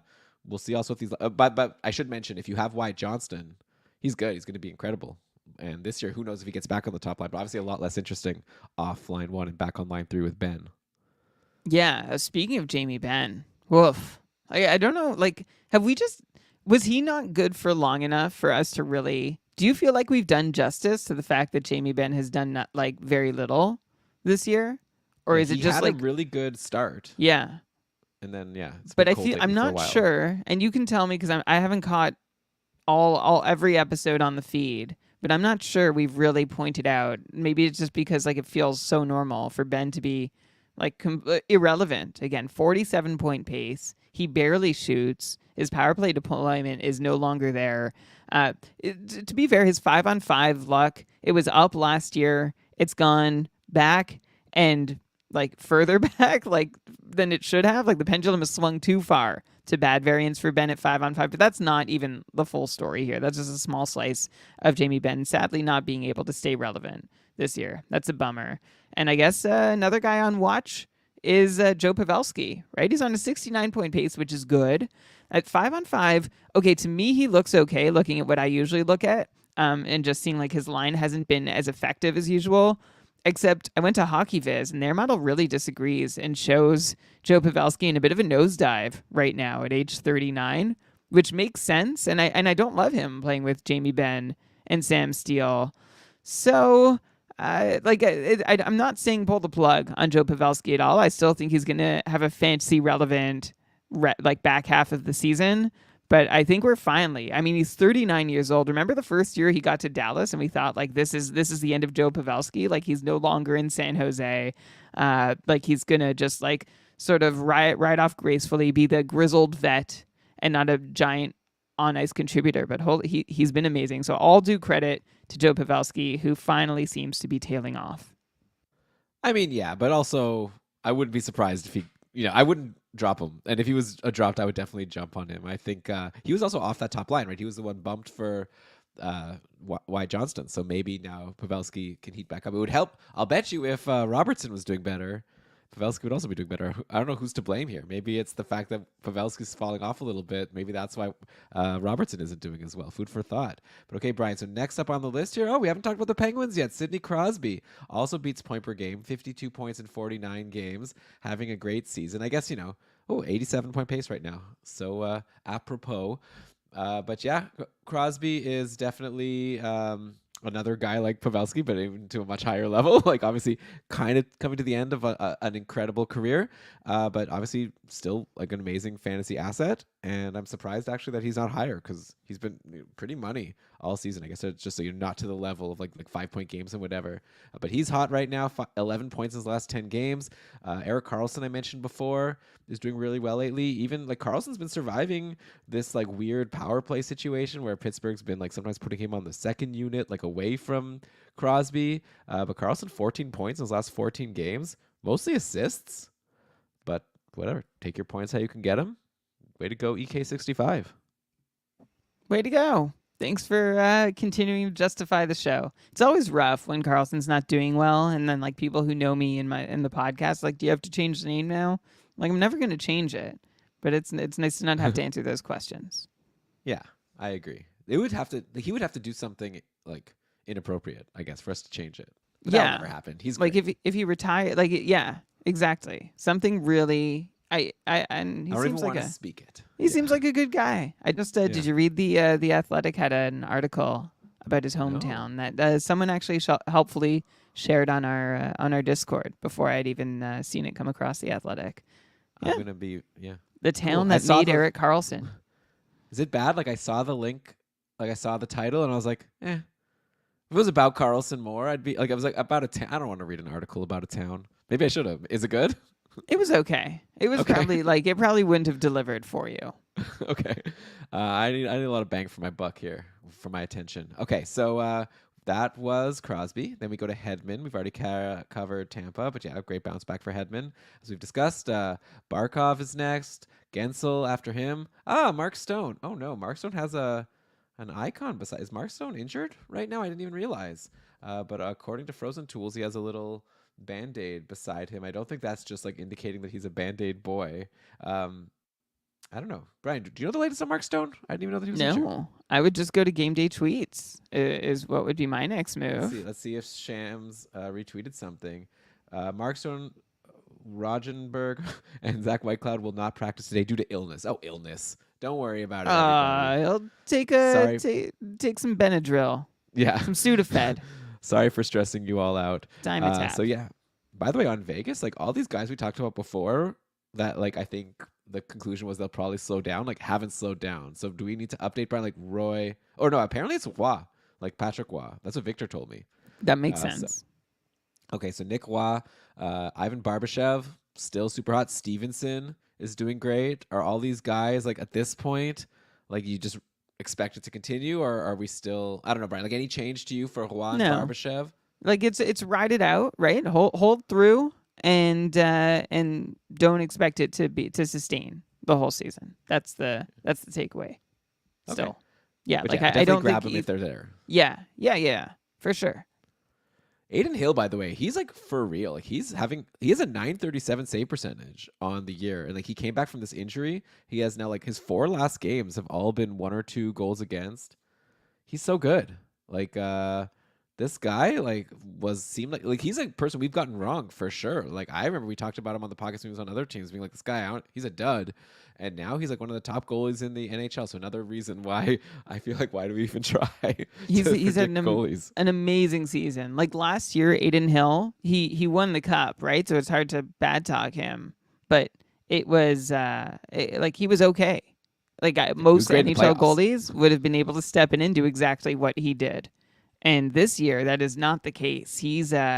He's 25 save points above his expected number at 5-on-5, a 947 5-on-5 save percentage, which is out of this world, right? Like I talked like Shesterkin's high watermark, I think I said earlier, was 934. So 947 is just nuts. It's still a small sample because Aiden Hill's only like, even when he was healthy, he wasn't playing every game, and then he wasn't healthy. So he's only played 19 games. So we're not going to buy into being like, this is the true Aiden Hill. But it's still it's pretty impressive nonetheless. Also, by the way, a 938 save percentage shorthanded has been helping Hill get all the way up to his all situation. I think you mentioned 942 save percentage. Mm-hmm. Well, when you say it's like helping him, but he's doing it. He's stopping those pucks. But yeah, I know you say that's but in a way that we couldn't expect to continue. Right. He's 53 save points above his expected number shorthanded. That's crazy. Good. That's why Vegas is, must be nice to be able to not worry about taking penalties because, your goalie is just incredible shorthanded. It doesn't matter. They'll kill the power play. No problem. Okay, so Mark Stone. Next up, Brad Marchand. We've already talked about Pasta. Hagel. Look at Hagel right here. But okay, we covered him. Kreider. So we did. We talked about the Rangers already. Clayton Keller. So we're going to go to the Arizona Coyotes next. 48 points in 50 games for Keller. Incredible season. He was so great last year, and he's following it up. Pretty similar. I guess he's a little behind though. Lately, he's definitely stepped it up. 17 points in his last 13 games. So I would expect Keller to end up a lot closer to his pace from last year than he is now. Even so, Arizona's right now the talk of the town, the team with the best schedule going into next week. Everyone's looking at who to grab from Arizona.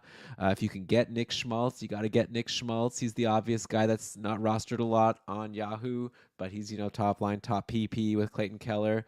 After that, Brian, it's like a real mishmash.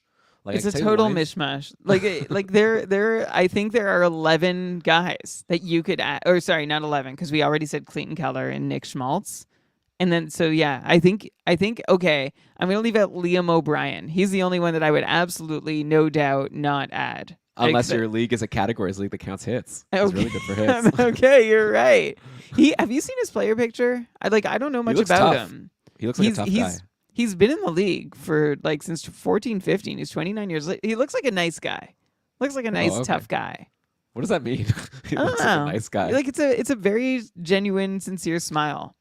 Do you think that he would hit someone over the face with his stick if they did a slap shot into an empty net? I mean, I wouldn't put that beyond a large percentage of hockey players. So right. I can't say that, but he looks a little less likely just going by a picture.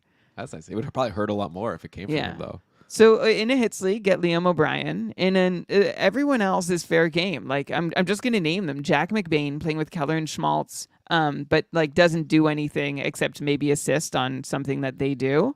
And then Bjugstad maybe, Kraus maybe, Michelli maybe, Zucker maybe, Kerfoot maybe, Cooley maybe, Genther maybe, Hayton maybe, and did I name everyone? Did I maybe the whole team yet? I think maybe, yeah. Okay. Barrett Hayton, by the way, back from injury, 2 games. Nothing in the first game back. Had an assist versus Nashville. No shots, though, in either game is a little bit concerning. I'm kind of on Barrett Hayton. Obviously, grab him if he's available for a 4-game off days week.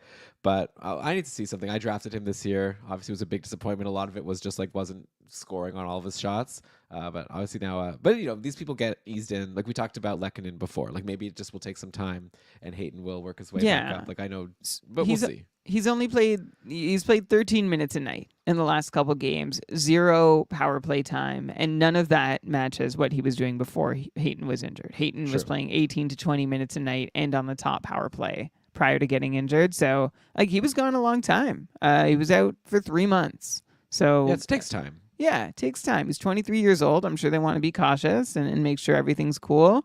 So I'd be interested. You know what, Elon? I might even be a little more interested in Hayton. Okay, I take Genther and Zucker because they're on the top power play, but I think one of them is going to get bumped by Hayton. So I think I'd be into Hayton. I'd give him a fresh look here. I know he's hurt you a lot this year though, so I understand why you wouldn't be ready to. I mean, it's not only that. At the end of the day, he also is Barrett Hayton, right? He's not a superstar in the league. He had a good second half of last season, and that's the only time he's ever been good. So I don't want to just now be give him tons of time to get back, and then he'll be back to being a superstar. We've had a long career of him not being a star, but it's definitely possible that he works his way back up. Or maybe Gunther. By the way, Brian, I was tagged on Discord and told that I'm the biggest culprit of calling him Genther and not Gunther. So from now on, if someone says it, it's going to be Brian, not me, because I'm saying Gunther. Gunther. Apparently, first, I feel like at some point, Brian, someone told me it was Genther. So just throwing it out there. I just followed your lead. It's Gunther. That's what I'm told. The guy from Friends, the guy who worked at the coffee shop or something. Okay, so yeah, but I agree. Yeah, give me the top power play guys. If I was to do a power ranking of guys to grab from Arizona for this week, there's Keller, then Schmaltz, and then after that, I think I'm just gonna say Zucker, then Gunther, then Cooley, then Kraus, then Michelli, then Bjugstad. Okay, that's my list. Thanks for sharing. Yeah, I like it. There's nothing really to pick at. Like I Yeah. like you might feel pressure to make the ad early in the week, depending on how fast everything moves. But I would actually, we don't really get practice line combos from Arizona, right? So there's not a whole lot of sense in trying to wait for those either. Yeah. No, and also they're all going to be gone. Like everyone wants the Arizona players. They're the team to go for. But okay, so that's Arizona. So that's Clayton Keller. Who's next on the list here? We got Matt Duchene on Dallas. We covered Dallas. Duchene's having a great year, of course. That's pretty incredible. 48 points in 51 games. Is this the best ever season for someone who was like bought out by their team the year before? Someone let me know. Tweet I at us think at there's Keeping Carlson. Let's know in the Yeah, Discord. there's definitely someone's got an answer for us on that one. Nothing's coming to mind for me. Okay, Zibanejad next. Then Nick Suzuki. Okay, we're going to the Habs. Maybe earlier than some people would have expected. Suzuki, another great game today. Well, he scored a goal. He scored goals now in 3 straight games. We're up to 11 points in 7 games. Nick Suzuki is on such a heater on his line with Slavkovsky and Cole Caulfield. That's the line you want to get in on in Montreal if you want to have success. They've just been like so great. Slavkovsky, looked like a bit of a bust or whatever at some point, but he was so young. Who am I? Like, I feel like I even said on the show last year, I was like jumping on the band, like, oh, the Habs blew that pick. Probably should have, like, what do I know? What am I I mean, doing? he's Why even it's, try to judge? the thing with Slavkovsky is like he's really like he is getting more opportunity now than he has before. And actually, Slavkovsky's been doing well for a while. 15 points in his last 20 games, and that's coincided with an increase in ice time to reflect like top 6 minutes instead of middle or bottom 6 minutes. But in his last 10 games, specifically in this run, Slavkovsky, it'll go to 9 games because that's how I split it. 8 points in 9 games for Slavkovsky, 5 power play points, 6 goals, 2 assists. 21 shots is the big number, though, in the back half of this little 15 points in 20 games run that Slavkovsky is on, because he's shooting more. He had like 1.5 shots per game for most of the year up till now, and now he's a little over 2 shots per game in the last 2 or 3 weeks, and that's something that I like to see. I'm glad the ice time came. And I'm glad the shots have come and the points are coming too. I don't know that like he's arrived, but if I were going to do a spec ad, Elon, between Slavkovsky and Novak, I would go Slavkovsky. Oh, Yeah, I mean, yeah, like I would too, go that's Slavkovsky. too obvious. Yeah, Yeah, okay. give me the guy on a hot streak that's on top line, top power play with red hot Suzuki. But also, like in a bigger sense, I think Slavkovsky is like maybe was a good pick for the Habs. So I just wanted to put that out there. Like he's even having a better season than Logan Cooley, who everyone was like, oh, Cooley is like so much better than Slavkovsky. So You are now on the record both hating and loving the pick, so that'll help you a couple years down the road. You just find the soundbite you want. yeah. Also, I should mention that Alex Newhook made his way back into the lineup, like we said he would last week. Took Monahan's top power play spot. Hasn't done anything. Had 3 shots in each of those games against Dallas and St. Louis. So maybe someone to watch. Don't rush to grab Alex Newhook, but if you want a top power play guy, he's one. Sam Montembeault, by the way, is a very good goalie. So he's someone who I'd love to. I guess he's like sticking with the Habs. They extended him. Hopefully, like he gets a chance to play for them when they're good. Because I'd be curious to know like how good he can be. Like, because he has a 908 save percentage, coming off 2 like incredible games against Washington and Dallas. Took a really hard luck loss to Dallas, led 3 goals on 38 shots. But definitely not his fault. He kept the Habs in that game. And Montembeault, he's like the John Gibson to me right now, or like Vejmelka, like before Vejmelka kind of stunk this year. Like what could he do now? I want to see him on a good team and see how good. Maybe he's like an Aiden Hill, like he could be. Yeah. Maybe.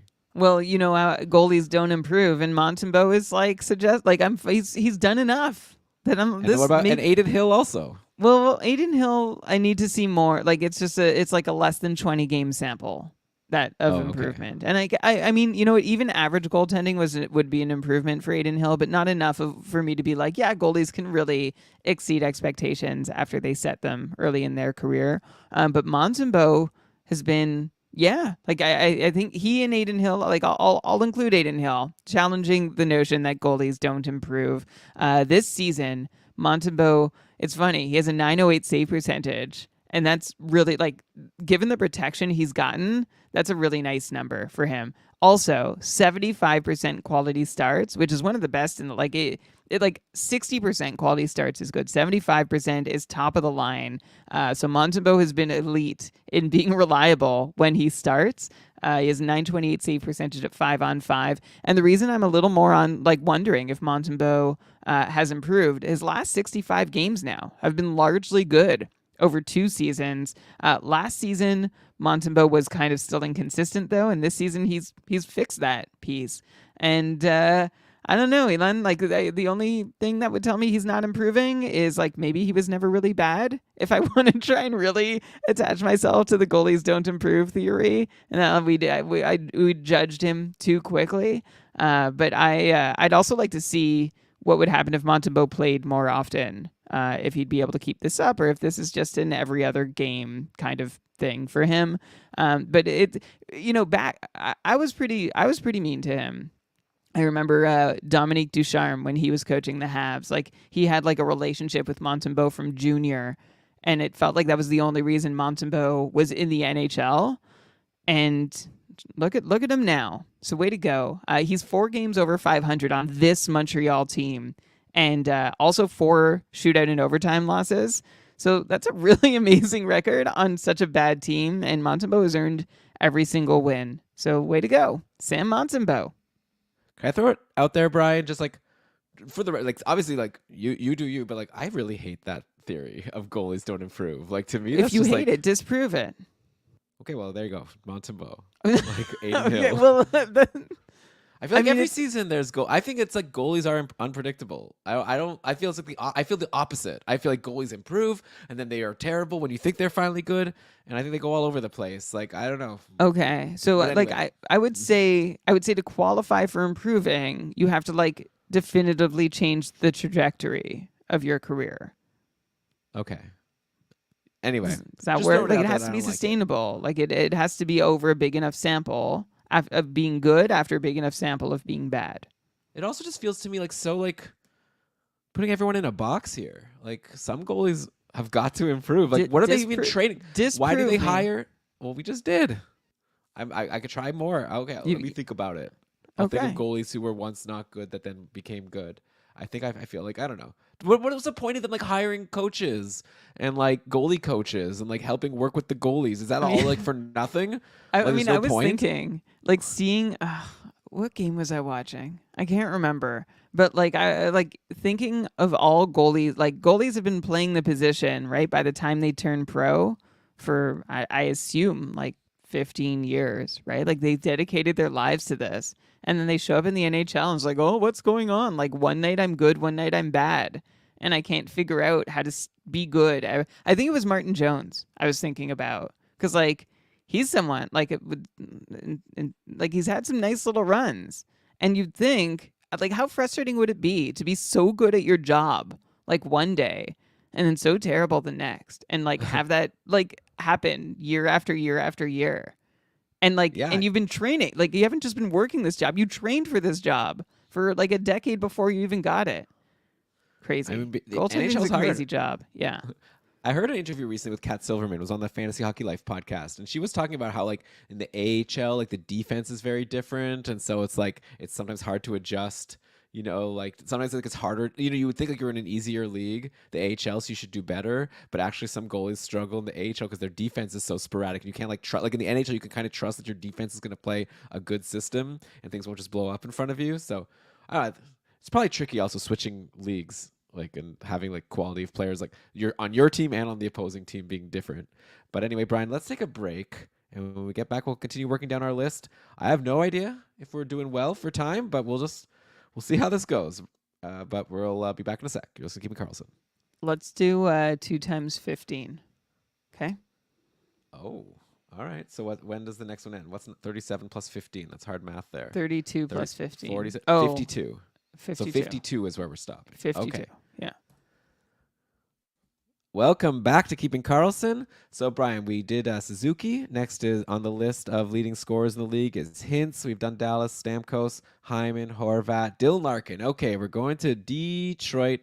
Larkin has 47 points in 45 games. Obviously, a great season. The big news in Detroit. Well, first of all, Ville Husso is back, but like not because he hasn't played yet. I guess like Detroit hasn't played too many games. Aiden Hill got the game on Saturday, and it looked like for at the start of the game, like Hill I think wasn't you doing just that. said Aiden Oh Hill yeah, got sorry. the. Uh, Yeah. Alex Lyon got the start on Saturday. At first, it looked like Lyon wasn't having a great game. He let in a couple goals early, but ended up helping Detroit come back for a big win. So we'll see if Husso. I'm curious, Brian, Husso or Grubauer? I guess we haven't talked about Seattle yet. Like, who's going to play first? Who's going to play a game between the two of them? Oh, that's such a good question. I don't know. I'll I vote think Husso. Grubauer. Okay, that's Okay. funny. I guess like I was gonna say Grubauer because he's been healthy for longer, but maybe that's reason to be like, no, he's clearly not playing. So Husso's just come back, and we don't know that he's not. But I mean, if you're Detroit, what's the rush, right? Like Husso, 906 this year versus Lions 930. It's almost like a Jonathan Quick versus Shosturkin kind of situation, except with like very different names and Yeah. pedigrees involved. Huso at 5-on-5, 893 save percentage. Oh, sorry, those were their 5-on-5 save percentages. 930 for Lyon, who's 906 for Huso. All situations, Huso's an 893 and only 35% quality starts, which is just unreasonably bad for a team to continue wanting to put you in net. And Alex Lyon, all situations, 921, 60% quality starts, which we've established is good. So it seems like an easy choice to me for which goalie to put in, especially because Detroit doesn't have the same investment in Huso that Seattle does in Grubauer, right? Huso has one more season at just under $5 million left on his contract. Thinking back to that, I guess St. Louis chose right, eh? Remember when it was Binnington or Huso? Yeah. Look at that. Well, I guess at that point, like Binnington already had the big contract and Husso was UFA, so they didn't have too much of a choice, but they lucked into maybe the right choice. I wonder what choice they would have made if they were like both a free agent. They could have had their choice. But yeah, Alex Lyon has been so great. Like I think Husso's lost his job, so too bad. We'll see if Lyon slows down, but I don't know if he will. On Detroit, so the big return, Patrick Kane has been back. You know, he came back for that game on Saturday. He was playing with Perron and JT Compher. Kane had himself an assist in the in the win over Vancouver, 2 shots. So he's up to now 17 points in 20 games. So I feel like just he'll keep that going. Like I don't see a reason to expect Patrick Kane to not be like close to that. Maybe you disagree. The real question on Detroit that I'm very curious about, and we were also asked about it, by the way, on our Discord, Jake K wanted us to ask, am I snoozing on DeBrincat? He's not shooting or putting up points. Yeah, out of nowhere, Alex DeBrincat has just gone off a cliff. He has only 1 point in his last 4 games. He had a 2-point game like 6 games back, but like there's a lot of zeros in terms of points. But yeah, it's really notable. Lots of 0-shot games, 1-shot games. What happened to Alex DeBrincat? And yeah, are we at a point now? Like this is kind of similar to Timo Meyer, right? Like the name value is high, but the production, well, DeBrincat at least was good for a long stretch, but lately it's been a nada for DeBrincat. Yeah, that's the difference between DeBrincat and Meyer, right? At the start of the season, like what a homecoming or whatever, what a debut for DeBrincat, and it was like a brilliant move. Everybody was so happy, and now like you have a really stark contrast to how he's doing. And the weird part is those shots, right? Like I could have looked at DeBrincat since the calendar turned to 2024. DeBrincat has a single goal, and 4 assists for 5 points in 14 games. But the weirdest part to me is in those 14 games, DeBrincat has just 21 shots. And in his last 9, DeBrincat has had 1 shot or less in 6 of them. And that's bad for anybody and extremely concerning for DeBrincat because he is a guy who does not convert terribly often, but that doesn't matter because his shot, he makes up for it with volume. But the volume's not there. Like up until this run, DeBrincat was averaging 3 shots per night. That's twice as much as what he's been doing for the last month let's say month because of the All-Star break. Yeah. Let me throw a question at you because I noticed that his power play, he used to be like top power play. It looks like Detroit's going more like 50-50 or even just like DeBrincat not on the top power play. I'd be curious to know like how many of his shots before were on the power play. I wonder if that's like the reason why his shots are down is, he doesn't have as much time with the man advantage. Yeah, well, that was the next question, right? Like, where have the shots gone? And like sometimes we wonder if they're injured, but I think you've hit the nail on the head here, which is for the first chunk of the year. Like up until basically, like everything aligns really well with DeBrincat in the top unit getting like 60 to 80% share on most nights of the power play time, to Detroit doing this new like 1A, 1B, a very balanced configuration. And lately, actually, it hasn't been so balanced, and DeBrincat's been on the one that's seen less time. So, Elon, I think the power play is one place where DeBrincat gets to fire away, and he has less opportunity to do that because he's not on the ice in that situation as much. So that's what you're hoping for if you have DeBrincat, for him to get back up there and soon, because it's pretty painful in the meantime. Yeah, and they're like going two units, right? Like they have Kane on one, they have Larkin on the other. Like in the last game where they got that win, there was Larkin, Perron, Fabry, Comfer, and Cider, and then DeBrincat, Kane, Valeno, Lucas Raymond, and Gossesbear. So and the Larkin one had more time. So yeah, Yeah, that's they've been obviously they've not been going to be doing great. this a while now, like a month. It's Well, annoying. so Yeah. well, if you have DeBrincat, I guess. And the Wings are doing well, right? So I don't think they're gonna necessarily change things around. They just won this game against Vancouver. So yeah, might I don't know if you're snoozing Jake. Like I would hold DeBrincat personally. He's just like too good to like drop for me. I would just have to hold and just hope things turn around. But it's not like a sure thing.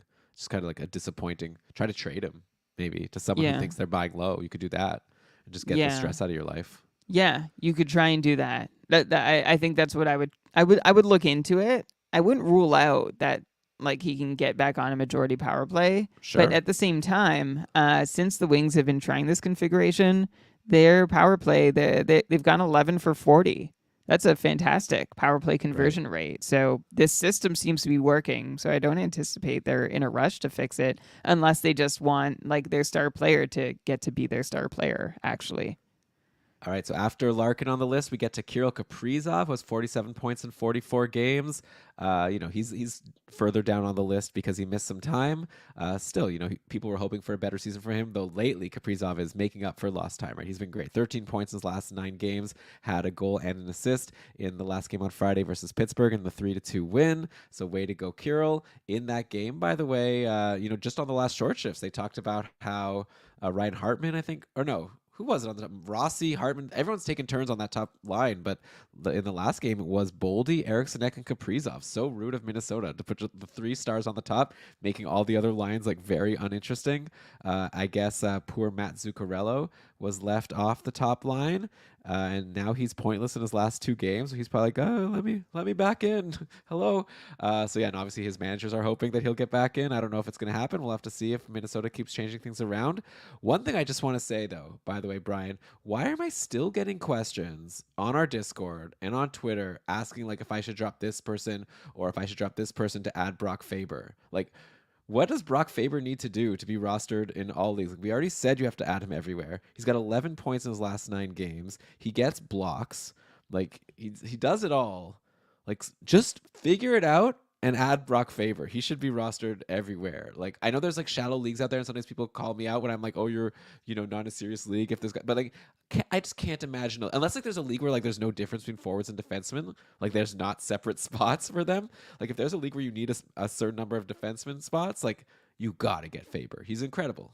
Yeah, and he's been doing this for a while now. So I agree. 15 points in his last 14 games, including 7 power play assists. And maybe it's like shell shock from seeing a Minnesota defenseman produce on the power play, and Yeah. just like not knowing, not believing that could actually be a productive place to be. And like, yeah, maybe Faber's like a little more involved than we could expect him to be going forward on that top power play, but still. He is on a top power play that's scoring. He's getting in on it. You always want that top power play defenseman, and Faber is not just that top. Like you said, he gets blocks. He's taken about 2 shots per game over the last few weeks. So that's all reason enough to get Brock Faber. So if you're still on the fence, save yourself a tweet and just go get him. Yeah. It's kind of reminding me of like Moritz Seider in his Calder winning year. And now with Connor Bedard missing so much time, decent chance that Faber is going to win that trophy. So, by the way, Brian, I want to ask you quickly, anything to Jonas Brodin and his 5 points in his last 5 games? He gets a lot of blocks. So if he could, I'm not expecting him to be point per game, but if he could be like a 30, 40 point guy with all these blocks, that could be worth rostering in the cupful.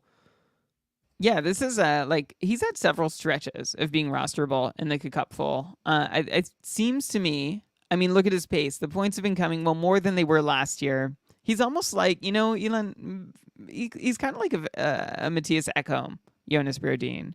Like Yeah. the Okay. peripherals are like occasionally there, but not as much as you might assume. And he gets to go on like little runs every so often. And it feels like a little more often this year. So yeah, five shots in Brodin's last game. The three before that, he had 2, 2, and 3. That's nice. He had 6 blocks in one of them too. So yes, the points won't continue. Like he's a 35 point defenseman. But if you can get those points when they come, you're happy. Okay, so after Kaprizov, we have Roman Josi. So we already talked about Nashville. And then Tim Stutzla. Oh, we haven't talked about the Sens yet, Brian. Your Ottawa Senators. So Stutzla, 47 points in 48 games. I haven't heard much from him lately. Has he been, what did he do lately? Yeah, it's pointless in a couple games. Where have you been, Tim? But obviously, don't worry about a 2-game pointless streak. Looks like Corpusalo isn't like the worst right now, like which is a lot better. That's the best I could say about him all season, right? Like he was in net for that win over the Leafs. He's won 3 games in a row now against Nashville, Detroit, and now Toronto. He's led in 0, 2, and 3 goals.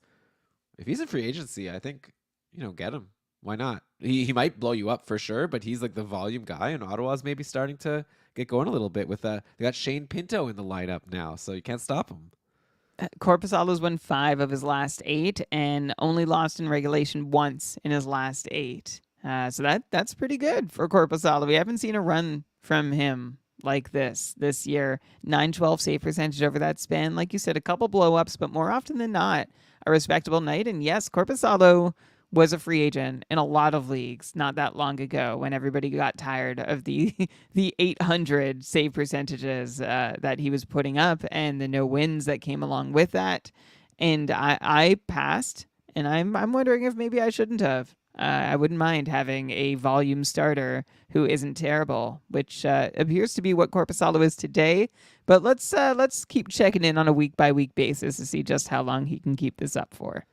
Yeah, like probably expect the games not to be this good, but with Anton Forsberg injured, like he's gonna play a lot, right? So that's worth something, and it seems like he has the capability at least of not being terrible. By the way, Shane Pinto, I mentioned he's been playing with Greg and Tarasenko. So it's been like kind of like a top 9 here. Batherson with Kachuk and Norris, and then Stützle with Joseph and Claude Giroux. Pinto's had himself 2 straight multi-point games, 5 shots in the last game, 4 shots in the game before that. So for a guy that's pretty widely available, take a look. Also, top power play these last couple of games. Yeah, I should mention the top power play with a significant amount of time was Kachuk, Giroux, Norris, Pinto, and Shabbat. So this was not a 50-50 thing. Like you might think looking at the names like Stützle, Batherson, Tarasenko, they only played 31 seconds in the game against Toronto, while the other unit played 2 minutes and 48 seconds. So let's see if that continues. But yeah, so another reason to be interested in Shane Pinto if he's out there. Yeah, shot rates are great too. Like we weren't sure what to expect from him, including in deployment, but yeah, majority share of power play time for Pinto in the last 2 games, and he hasn't had any power play points with those, but he's had 2 goals and 3 assists on 9 shots. That's nice to see if you can get it. And I think correct me if I'm wrong. And I'm not sure. Someone needs to tell me when the tipping point happens, but Ottawa is one of the teams that had the most games remaining to play as of the All Star break. Well, Stutzle's only paid 48, and a lot of the people on this list are up at like 51, 52. Yeah.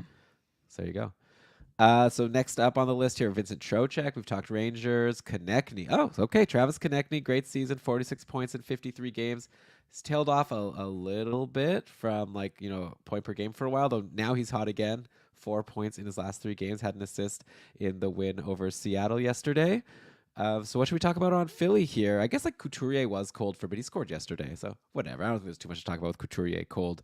I'll just tell people who are worried about Couturier, or if he's been dropped, I would go for him. He's still top line, gets a lot of power play. Jamie Drysdale's been a bust. I think a lot of people grabbed him when he was traded to Philly, assumed he would get top power play, but this is John Tortorella's team. Nothing is for sure, especially with defensemen on the power play. And Drysdale doesn't get top power play. Or sometimes he does. But yeah, he's pointless now in his last 5 games. Just I'm sure that I don't need to tell the listeners this, but you're a snoozer if you're holding Drysdale at this point, right? And also, this trade is like, I guess Philly kind of had no choice, and hopefully this works out for them. But Cutter Gauthier is like, going to be huge. Like, I'm pretty high on Cutter Gauthier from what I've read. Like, it seems like a lot of people are. And Jamie Drysdale seems pretty meh right now, at least. He's only 21. Yeah, there's time to grow and develop his game, and yeah, who knows exactly what Drysdale's being asked to do in his new situation, but it's not great for him. It's a real bummer for Philly. By the way, Cal Peterson came in to play a game. Now he's the backup now, unless they're going to trade for someone, and he had a good game. And actually, you look at Cal Peterson this season; he's played 4 games now. Which game, Elon? Against Seattle, he let in only 2 goals and got the win. Against, right on. Yeah. So that's it is a quality start because there were 19 shots, and it needs to be like above an 885, and that's an 895. So I'm trying to be nice here, Brian. But well, I just don't want to get.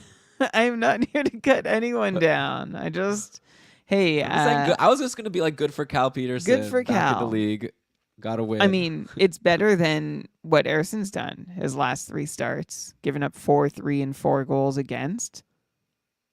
Yeah. Oh no, I'm looking. He had a good game against Philly. Yeah, against Florida. Sorry, and Winnipeg. My bad. I was looking too far back. So yeah, it's still Ersson's net. Peterson's not threatening, I don't think. Oh yeah. No way. I mean, Philly would just love for Peterson to be like an okay backup. Like, I think that's the best they could hope for from him at this point, especially for what they're paying him. Obviously, they took on that salary to get other things. But okay, so that's Philly. That's Travis connecting. But Brian, I guess let's take a break here, and then we'll continue down this list. I wonder how many teams we have left. I don't even know. It's a fun surprise for all of us. But I guess that this is going to be our last break, and then we'll go through the rest of them. We'll see you soon. Okay, we are back, Brian, and we're continuing down. So Travis Connecting was 48th in league scoring. Next up is Charlie Coyle. We finally get to him.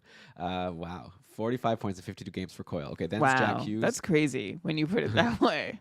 That's amazing. Way to go. I'm Charlie Coyle. I'm sorry. Oh, here it is. Oh, so you've made some people very happy. Okay, Jack Hughes obviously would be a lot higher if he wasn't injured. Next is Adrian Kempe. Oh, I guess we haven't gone to LA. Here we are. Kempe, 44 points in 49 games. He's been good. LA, hey, they won their last game. I think there was like an anonymous player said that people are being too low on LA. And then all the tweets were like, that was Doughty. That was for sure Doughty. That was Drew. Anyways, they finally won. They shut out, like I said, Edmonton 4-0. David Riddick got the shutout. So at least for the short term, he's your starter on LA, I think. Like, if they're playing him, he just had a great game against an amazing team. So if you want a goalie for next week, that's probably going to play 2 of the 3, if not 3 of the 3. It's Riddick. But I'm sure like Corpusalo, it's like who knows how long it'll last. But LA's a good team. I agree with Drew Doughty, or I mean the anonymous player, that they're better than they've been. David Riddick, while we're trying to figure out whether he's the starter, he's started 7 of 9 now. And in one of the 2 that Riddick didn't start, he had to come on in relief. And in 5 of his 7 starts, they've been quality, and he has a .932 save percentage overall. So I think if you are still holding on to Cam Talbot, and I don't know if you are, I am in one league. Actually, it's a wins only. You gotta let go. It's a wins only league, and I don't have a whole lot to gain from swapping him out right now. It's a limited moves league, and like I'm okay to be a little more patient, but I'm done. I'm done waiting because Riddick has been good enough.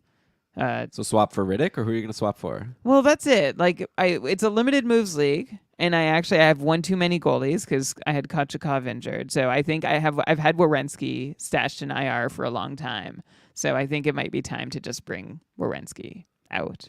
Fair. Yeah, that's it. So too bad for a great run for Talbot. I'm sure he helps a lot of folks through the first quarter, but it's so long to say thanks so long and thanks for all the fish. Yeah, I agree. Nice reference. I think, drop Talbot over to free agency for sure. By the way, Victor Arvidsson's going to be back soon. Could be even next week. So stash him if you can. We'll see how he does. We'll talk about him on a future show. All right, so that's Kempe. Then there's Evan Bouchard. Then there's Eichel, Pavelski, Kadri, RN. Oh, wait, Kadri. We didn't do Calgary yet. Okay, so here we go. The leading scorer on Calgary is Nazem Kadri, who's on a great hot streak right now, right? 6 points in his last 4 games. He's had that 3 assist game versus Boston. He's been scorching. He's been really good. He's someone who struggled a bit last year, first year of the contract, only 56-point pace. Now he's already almost at 70. So good for Nazem Kadri. Should we give a quick update on Andrei Kuzmenko, who scored, a power play goal in the first game with his new team? And since then, it's been like, he scored a goal then in the next game. And then nothing in the last game against the Islanders. It was a cardio session, though. That's very Kuzmenko-ish, right? You're either going to get a goal or you're going to get absolutely nothing. No shots, no hits, no blocks. He played 14 minutes. Hopefully that's not the start of something. But, he's still got a lot of power play time. But whatever. I don't know. What is there to say Yeah, about Kuzmenko? well, that's it. Like, that's the weird thing with Kuzmenko. It's like, yeah, he still is in a good place. Top line, top power play, but he's not doing anything at all. He has only 3 shots combined in his last 2 games. He's scored and 2 two of goals. them went in. Yeah, 2 of them went in. So it looks good. Like, everything seems to look good on the surface for Kuzmenko, but at the end, like, I'm still, like, finding myself in the exact same place as you, which is, Yeah, I don't think I'd be like so over the moon to get him. I think someone who's actually very interesting right now is Noah Hannafin. He's bumped um, Rasmus Anderson from the top power play recently, and Hannafin's on a nice streak, 4 points in his last 3 games. I guess this happens throughout the year, and Calgary like shifts things around, but like whatever. If he's in free agency, I feel like grab Noah Hannafin. I had him at one point.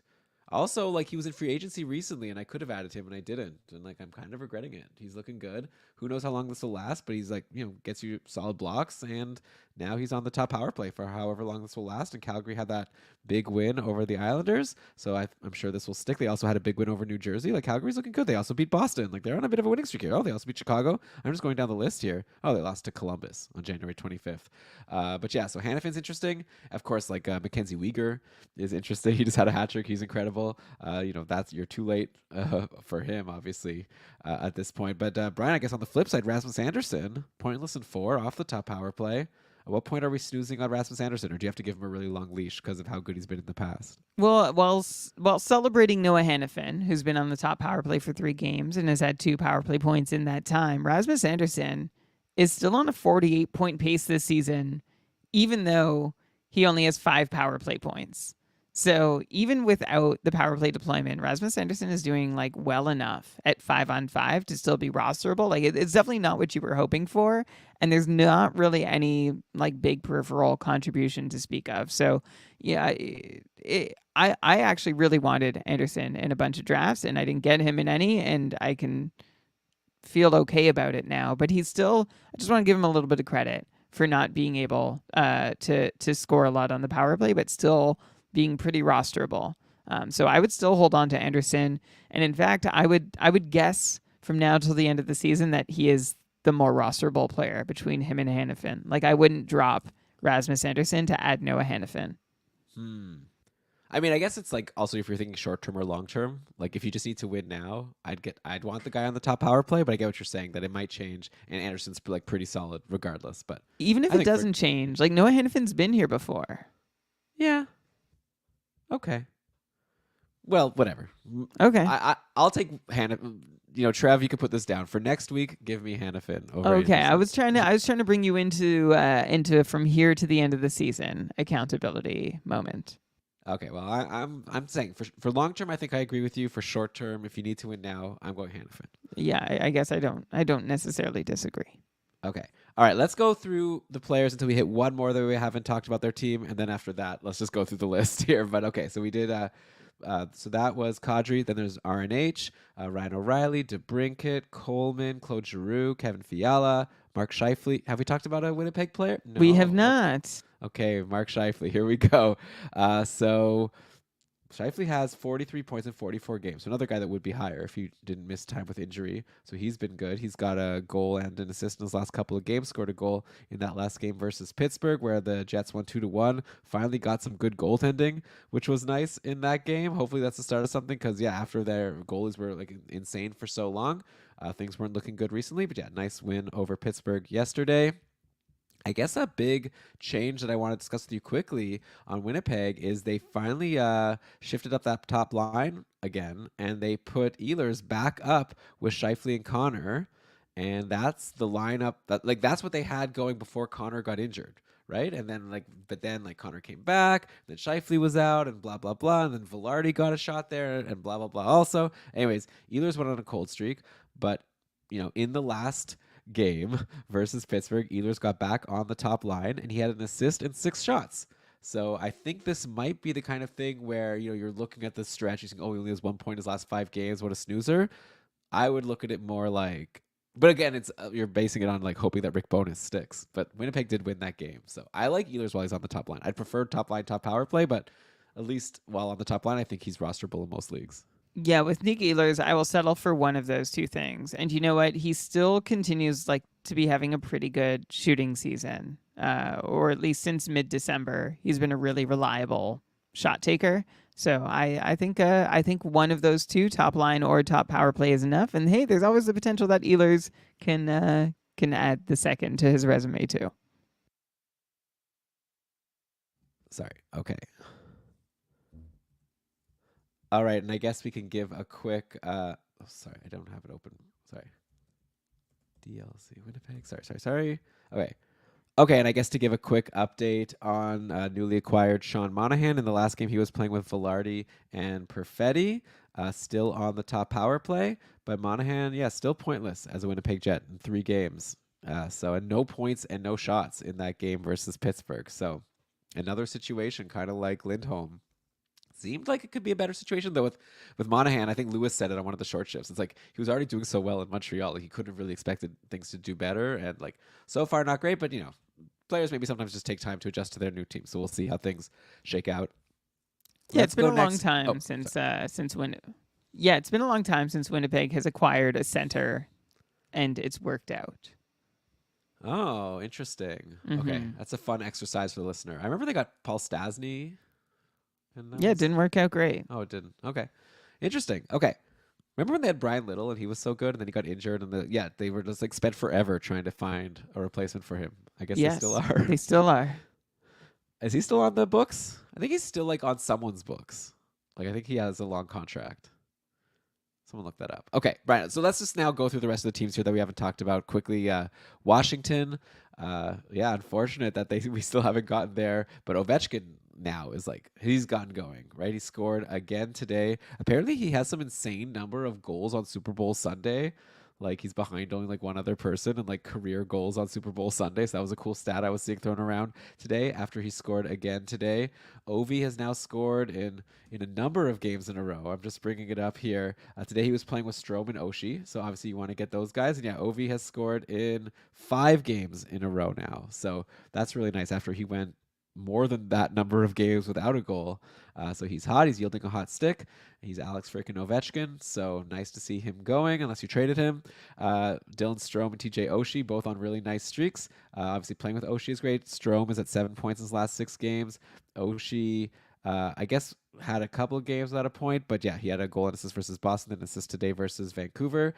Like I mentioned with Jeremy a couple maximizers ago, Washington has the very best playoff schedule of all the teams. So if you could get a Strome and Oshie, Pacioretty, you definitely want to get these guys. I guess the real question mark still on Washington lately is Tom Wilson, right? Because you would think that with Washington's playoff schedule, he's a great guy to target, but also pointless again today. He's now pointless in his last 5 games.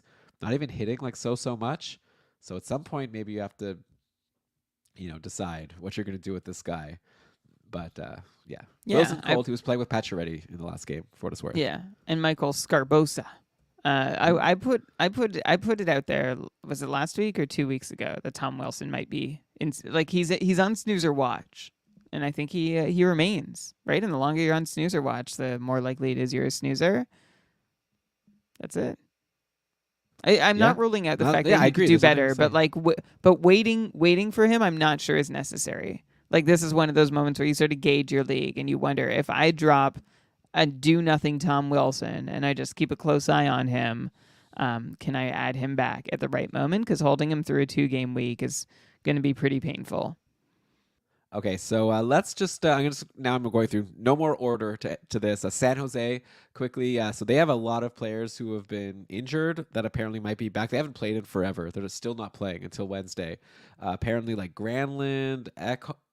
No, not Echo. Sorry, Granlund, Hurdle, like Ferraro, Emberson. Like I'm going down to players that aren't really fantasy relevant. But anyways, one thing I'm curious about with San Jose is we still haven't seen like Granlund and Couture in the lineup at the same time. We were wondering if like Couture would bump Granlund or if one of them would go to the wing. So that'll be fun to see. So maybe that could be something they talk about.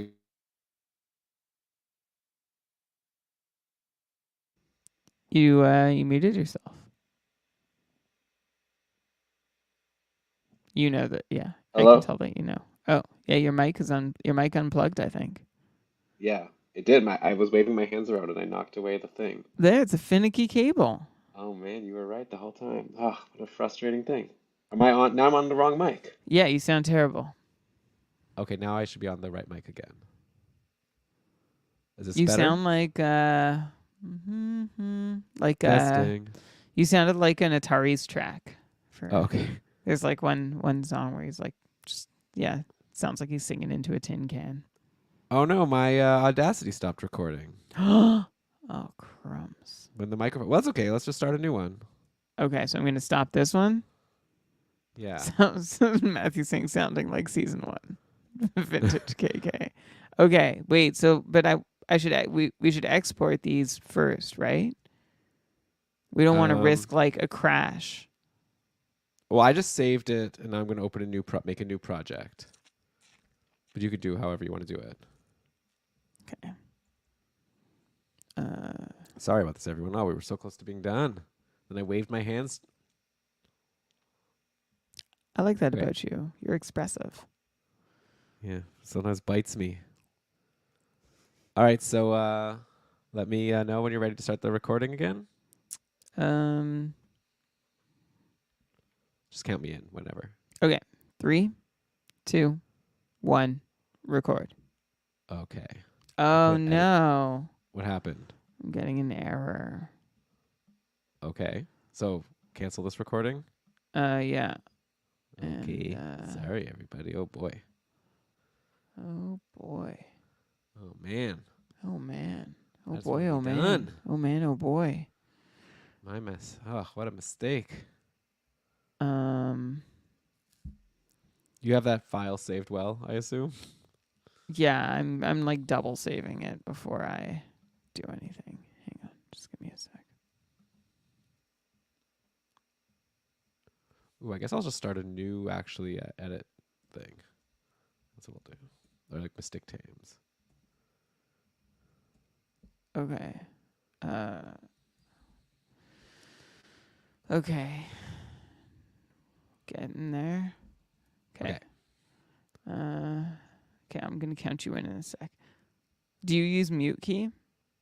Yes. So when my mic disconnects, the mute key it changes you. to the other mic, which I'm pretty sure is what happened the one time that it didn't work. Gotcha. Okay. All right. Ready to try? Yeah.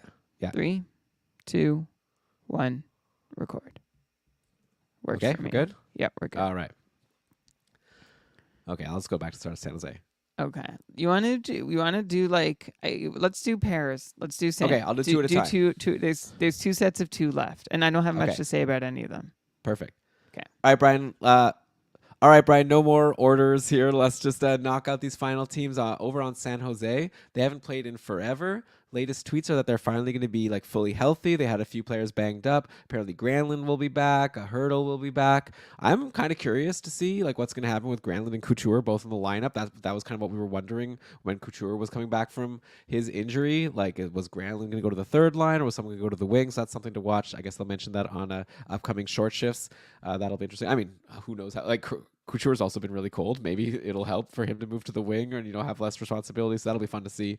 In Seattle, I'll mention not much to say, right? McCann and Dunn are both hot as per usual. Everyone else just kind of like shuffles around. I'm still waiting to see if Grubauer's ever going to play. Any thoughts on the Sharks or the Kraken? Not really. No, I mean, we are still wondering whether Grubauer is going to play. I like the thought also about maybe Granlund helps Couture, who still, has not gotten going. If you're still waiting on him. And I assume Couture has entered streamer territory in a lot of leagues. I don't know who held him through this 0-game week. And San Jose doesn't even have a great schedule, I think, this week and next. So, I think these are all like short-term 1-game considerations until you see anything beyond that.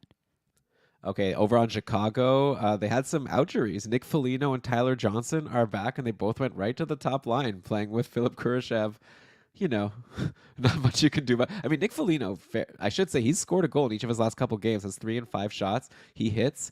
So I think Nick Foligno right now, until Bedard is back, might be the one interesting Chicago Blackhawk. Yeah, and it's all relative too, right? Like, are you interested in him generally or just interested in him compared to the other Chicago players? You know what? Like, I'm looking at his shots recently, and they're, like, not that bad. And, like, he hits. So I think he's actually, like, I think I'm kind of interested. Like, a little. Sure. Okay. If I can fit him in. By the way, I was like preparing the show yesterday, and I brought up Nick Foligno's page on Frozen Tools, and Dina happened to look at the screen and was like, "Wait, Nick Foligno's still around?" Because she remembered him from back when he was on the Sens, and I remember her big take that she told me back when we were both so young was like, "He's the ugliest player she's ever seen." She thought Nick Foligno was the ugliest player on the Sens. That story did not need to be told. But I'm saying, but she looked at this picture of him on Frozen Tools, and she's like, "Oh, he looks good now." And then he's we looked aged back well. at picture. Yeah, yeah. He thinks that, the bald look is better for him. He looks his age now, maybe. Yeah, he looks great. Just had to get rid of that silly hair, I guess. Okay, and then we end on Buffalo. I didn't have any notes for Buffalo. There's nothing to say about them. Like, we're just waiting on Tage Thompson. Everyone else is the same as usual. UPL's been, decent. Do you have anything to say about Buffalo? No, but we also, I'm realizing Columbus is still. Oh yeah, them. Yeah. Boone Jenner scored a couple goals after doing nothing forever. Apparently, Gaudreau had really sweet assists for both of them, according to Twitter. I didn't actually see them. Chinnikov is hurt. That's what I got on Columbus. Okay. Yeah. I mean, Boone Jenner snapped he was pointless in 6 since returning. He's snapped that now. 2 goals on 17 shots over 7 games. Not terribly exciting. But hey, it's something, right? And I feel a little badly. I traded Boone Jenner before he came back, and I was mad about it because then he came back immediately, and it's turned out all right for me. But I want everybody to win. I want everyone to win when I do it. When I do a deal. Okay. Also, Johnny Gaudreau, he's doing well lately. He's like a defenseman playing forward. Trev was our accountability czar, was sort of summarizing his performance over the last little while. It's like Johnny Gaudreau is on a 64-point pace and averaging 3.25 cupful points per night. It's like, okay, 64 points and not even rosterable is a really interesting mix. But Gaudreau had 5 shots against Tampa on Saturday. So we'll see if that, I'm not expecting that's really going to happen a whole lot. But I guess if it happens once, we have to watch to see if it happens twice. Yeah, or hey, maybe he'll keep getting multiple assists in the game, which make him better now that Boone Jenner has finally figured out how to put the puck back in the net after his long absence. But Brian, look at us. We did it. We're at the end of another episode of Keeping Karlsson. This has been a blast. The time has flown by. Thanks everyone so much for listening. If you watch the show live, we really appreciate you being here. Otherwise, and if you're looking at the video afterwards, I guess same. Yeah, if you listen to it on audio, amazing. We'd love to hear any feedback that you have, as we're trying to stick with this format of going through every team. Curious to know if people are getting sick of it, or want us to try something else, or if you're loving it. I'd love to hear. So let us know over on the Discord or on Twitter at Keeping Karlsson. We'd love your support. If you want to help out the show, a 5-star review wherever you get your podcast would be amazing. I mean, a subscribe even is very helpful. And if you want to support us financially, you could become a patron of Keeping Karlsson. You join our community. You get some other perks. You can check all of that out at keepingkarlsson.com/patron. But with that, Brian, let's cue that outro music. Why don't you go ahead and read us the credits? All right. This episode of the Keeping Karlsson Fantasy Hockey Podcast was presented by Dauber Hockey and powered by our patrons, including our incredible roster of super supporters: Ryan, Lucas, Top Cheese, Roman, Don, Michael, Patrick, Aaron, Philip, Ivan, Sammy, Andrea, Zachary, Tom, Ryan, David, Dusty, Ricard, and Patty. Thanks all for your support. Thank you to our Cupful coordinator, Kevin Hebert, for crushing it. Oh, Cupful Madness is happening. We didn't mention. It's Okay, exciting. it's happening. Yeah. Cacophile Madness. Woo! Yeah. Thank you for showing the appropriate excitement. So if you're not okay, so you'll have to like loop or pause the music. But it's a bracket competition, right? We're just ahead of March Madness. All right. It's for fun. And it's like a tournament with a bracket, and you use your existing lineup. And remember, there's like 600 and 58 cacophile managers. So about almost 200 have opted in to this contest where you're in a bracket and you can face anyone else who's opted in with your existing lineup. So basically you have your division matchup, and you also have your like madness matchup where it's fun. It's great. I was in the top 4 last year, or top 8. Ooh. Yeah, I had a really good I crushed it. I was so great, and that was like the bright spot of my season. So I'm looking for it again, because hey, if you're having a bad year, if you can get hot now, you can win Cacophile Madness and take home a little prize. So I want to shout out Kevin for helping get that set up, but also Andrea and Norm and Alex, our Discord community heroes. Thank you all for doing that. Thank you, Elon and Shams, for all the amazing news that you keep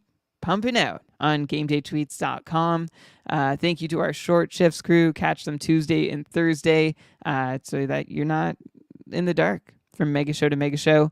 Thank you to BrandonWeeb.com for our logos and to Pat Roach for our outro music. This episode was researched with help from Dauber Hockey, Frozen Tools, Dauber Prospects, Natural Stat Trick, Evolving Hockey, Cap Friendly, The Athletic, HockeyGoldies.org, Hockey Reference, Hockey Viz, Hockey Database, Elite Prospects, and Yahoo. All right, great job as always, Brian. Thanks again, everyone, for listening. We'll see you all for short shifts over this upcoming week. And Brian, while we're waiting for all this new news to come out so that then we can talk about it, what should we do? Please keep doing all you can to make sure that fantasy hockey is for everyone. Awesome. Thanks, everyone. And thanks, StreamYard. This went very smoothly, except for when I knocked the cable out. Yeah, I found the video was like glitched just like a couple times, but it wasn't a big deal. I like that it's free. I do like that. But yeah, maybe. And Right. I like also how I was able to put the comments up on the screen. That's a fun feature. That is a fun feature. Yeah. So anyways, we'll play around. I mean, we'll pay for Zoom if we decide it's like better. But I guess let's try this again next week and kind of see, hopefully the video will stabilize. Well, I didn't good. actually notice that, so I don't know. Well, I've also I don't know. Okay. That's cool. Yeah, thanks everyone. I've also both files are already uploaded. Can you believe that? Incredible. It's Okay. wild. All right. See you, pal. Bye, everyone. Thanks Talk to the later. chat. We appreciate you. Mwah. To my tier 3 competitors, see you at 3 a.m. Bye. You're all nuts. We're crazy. You are. See ya. Okay, bye.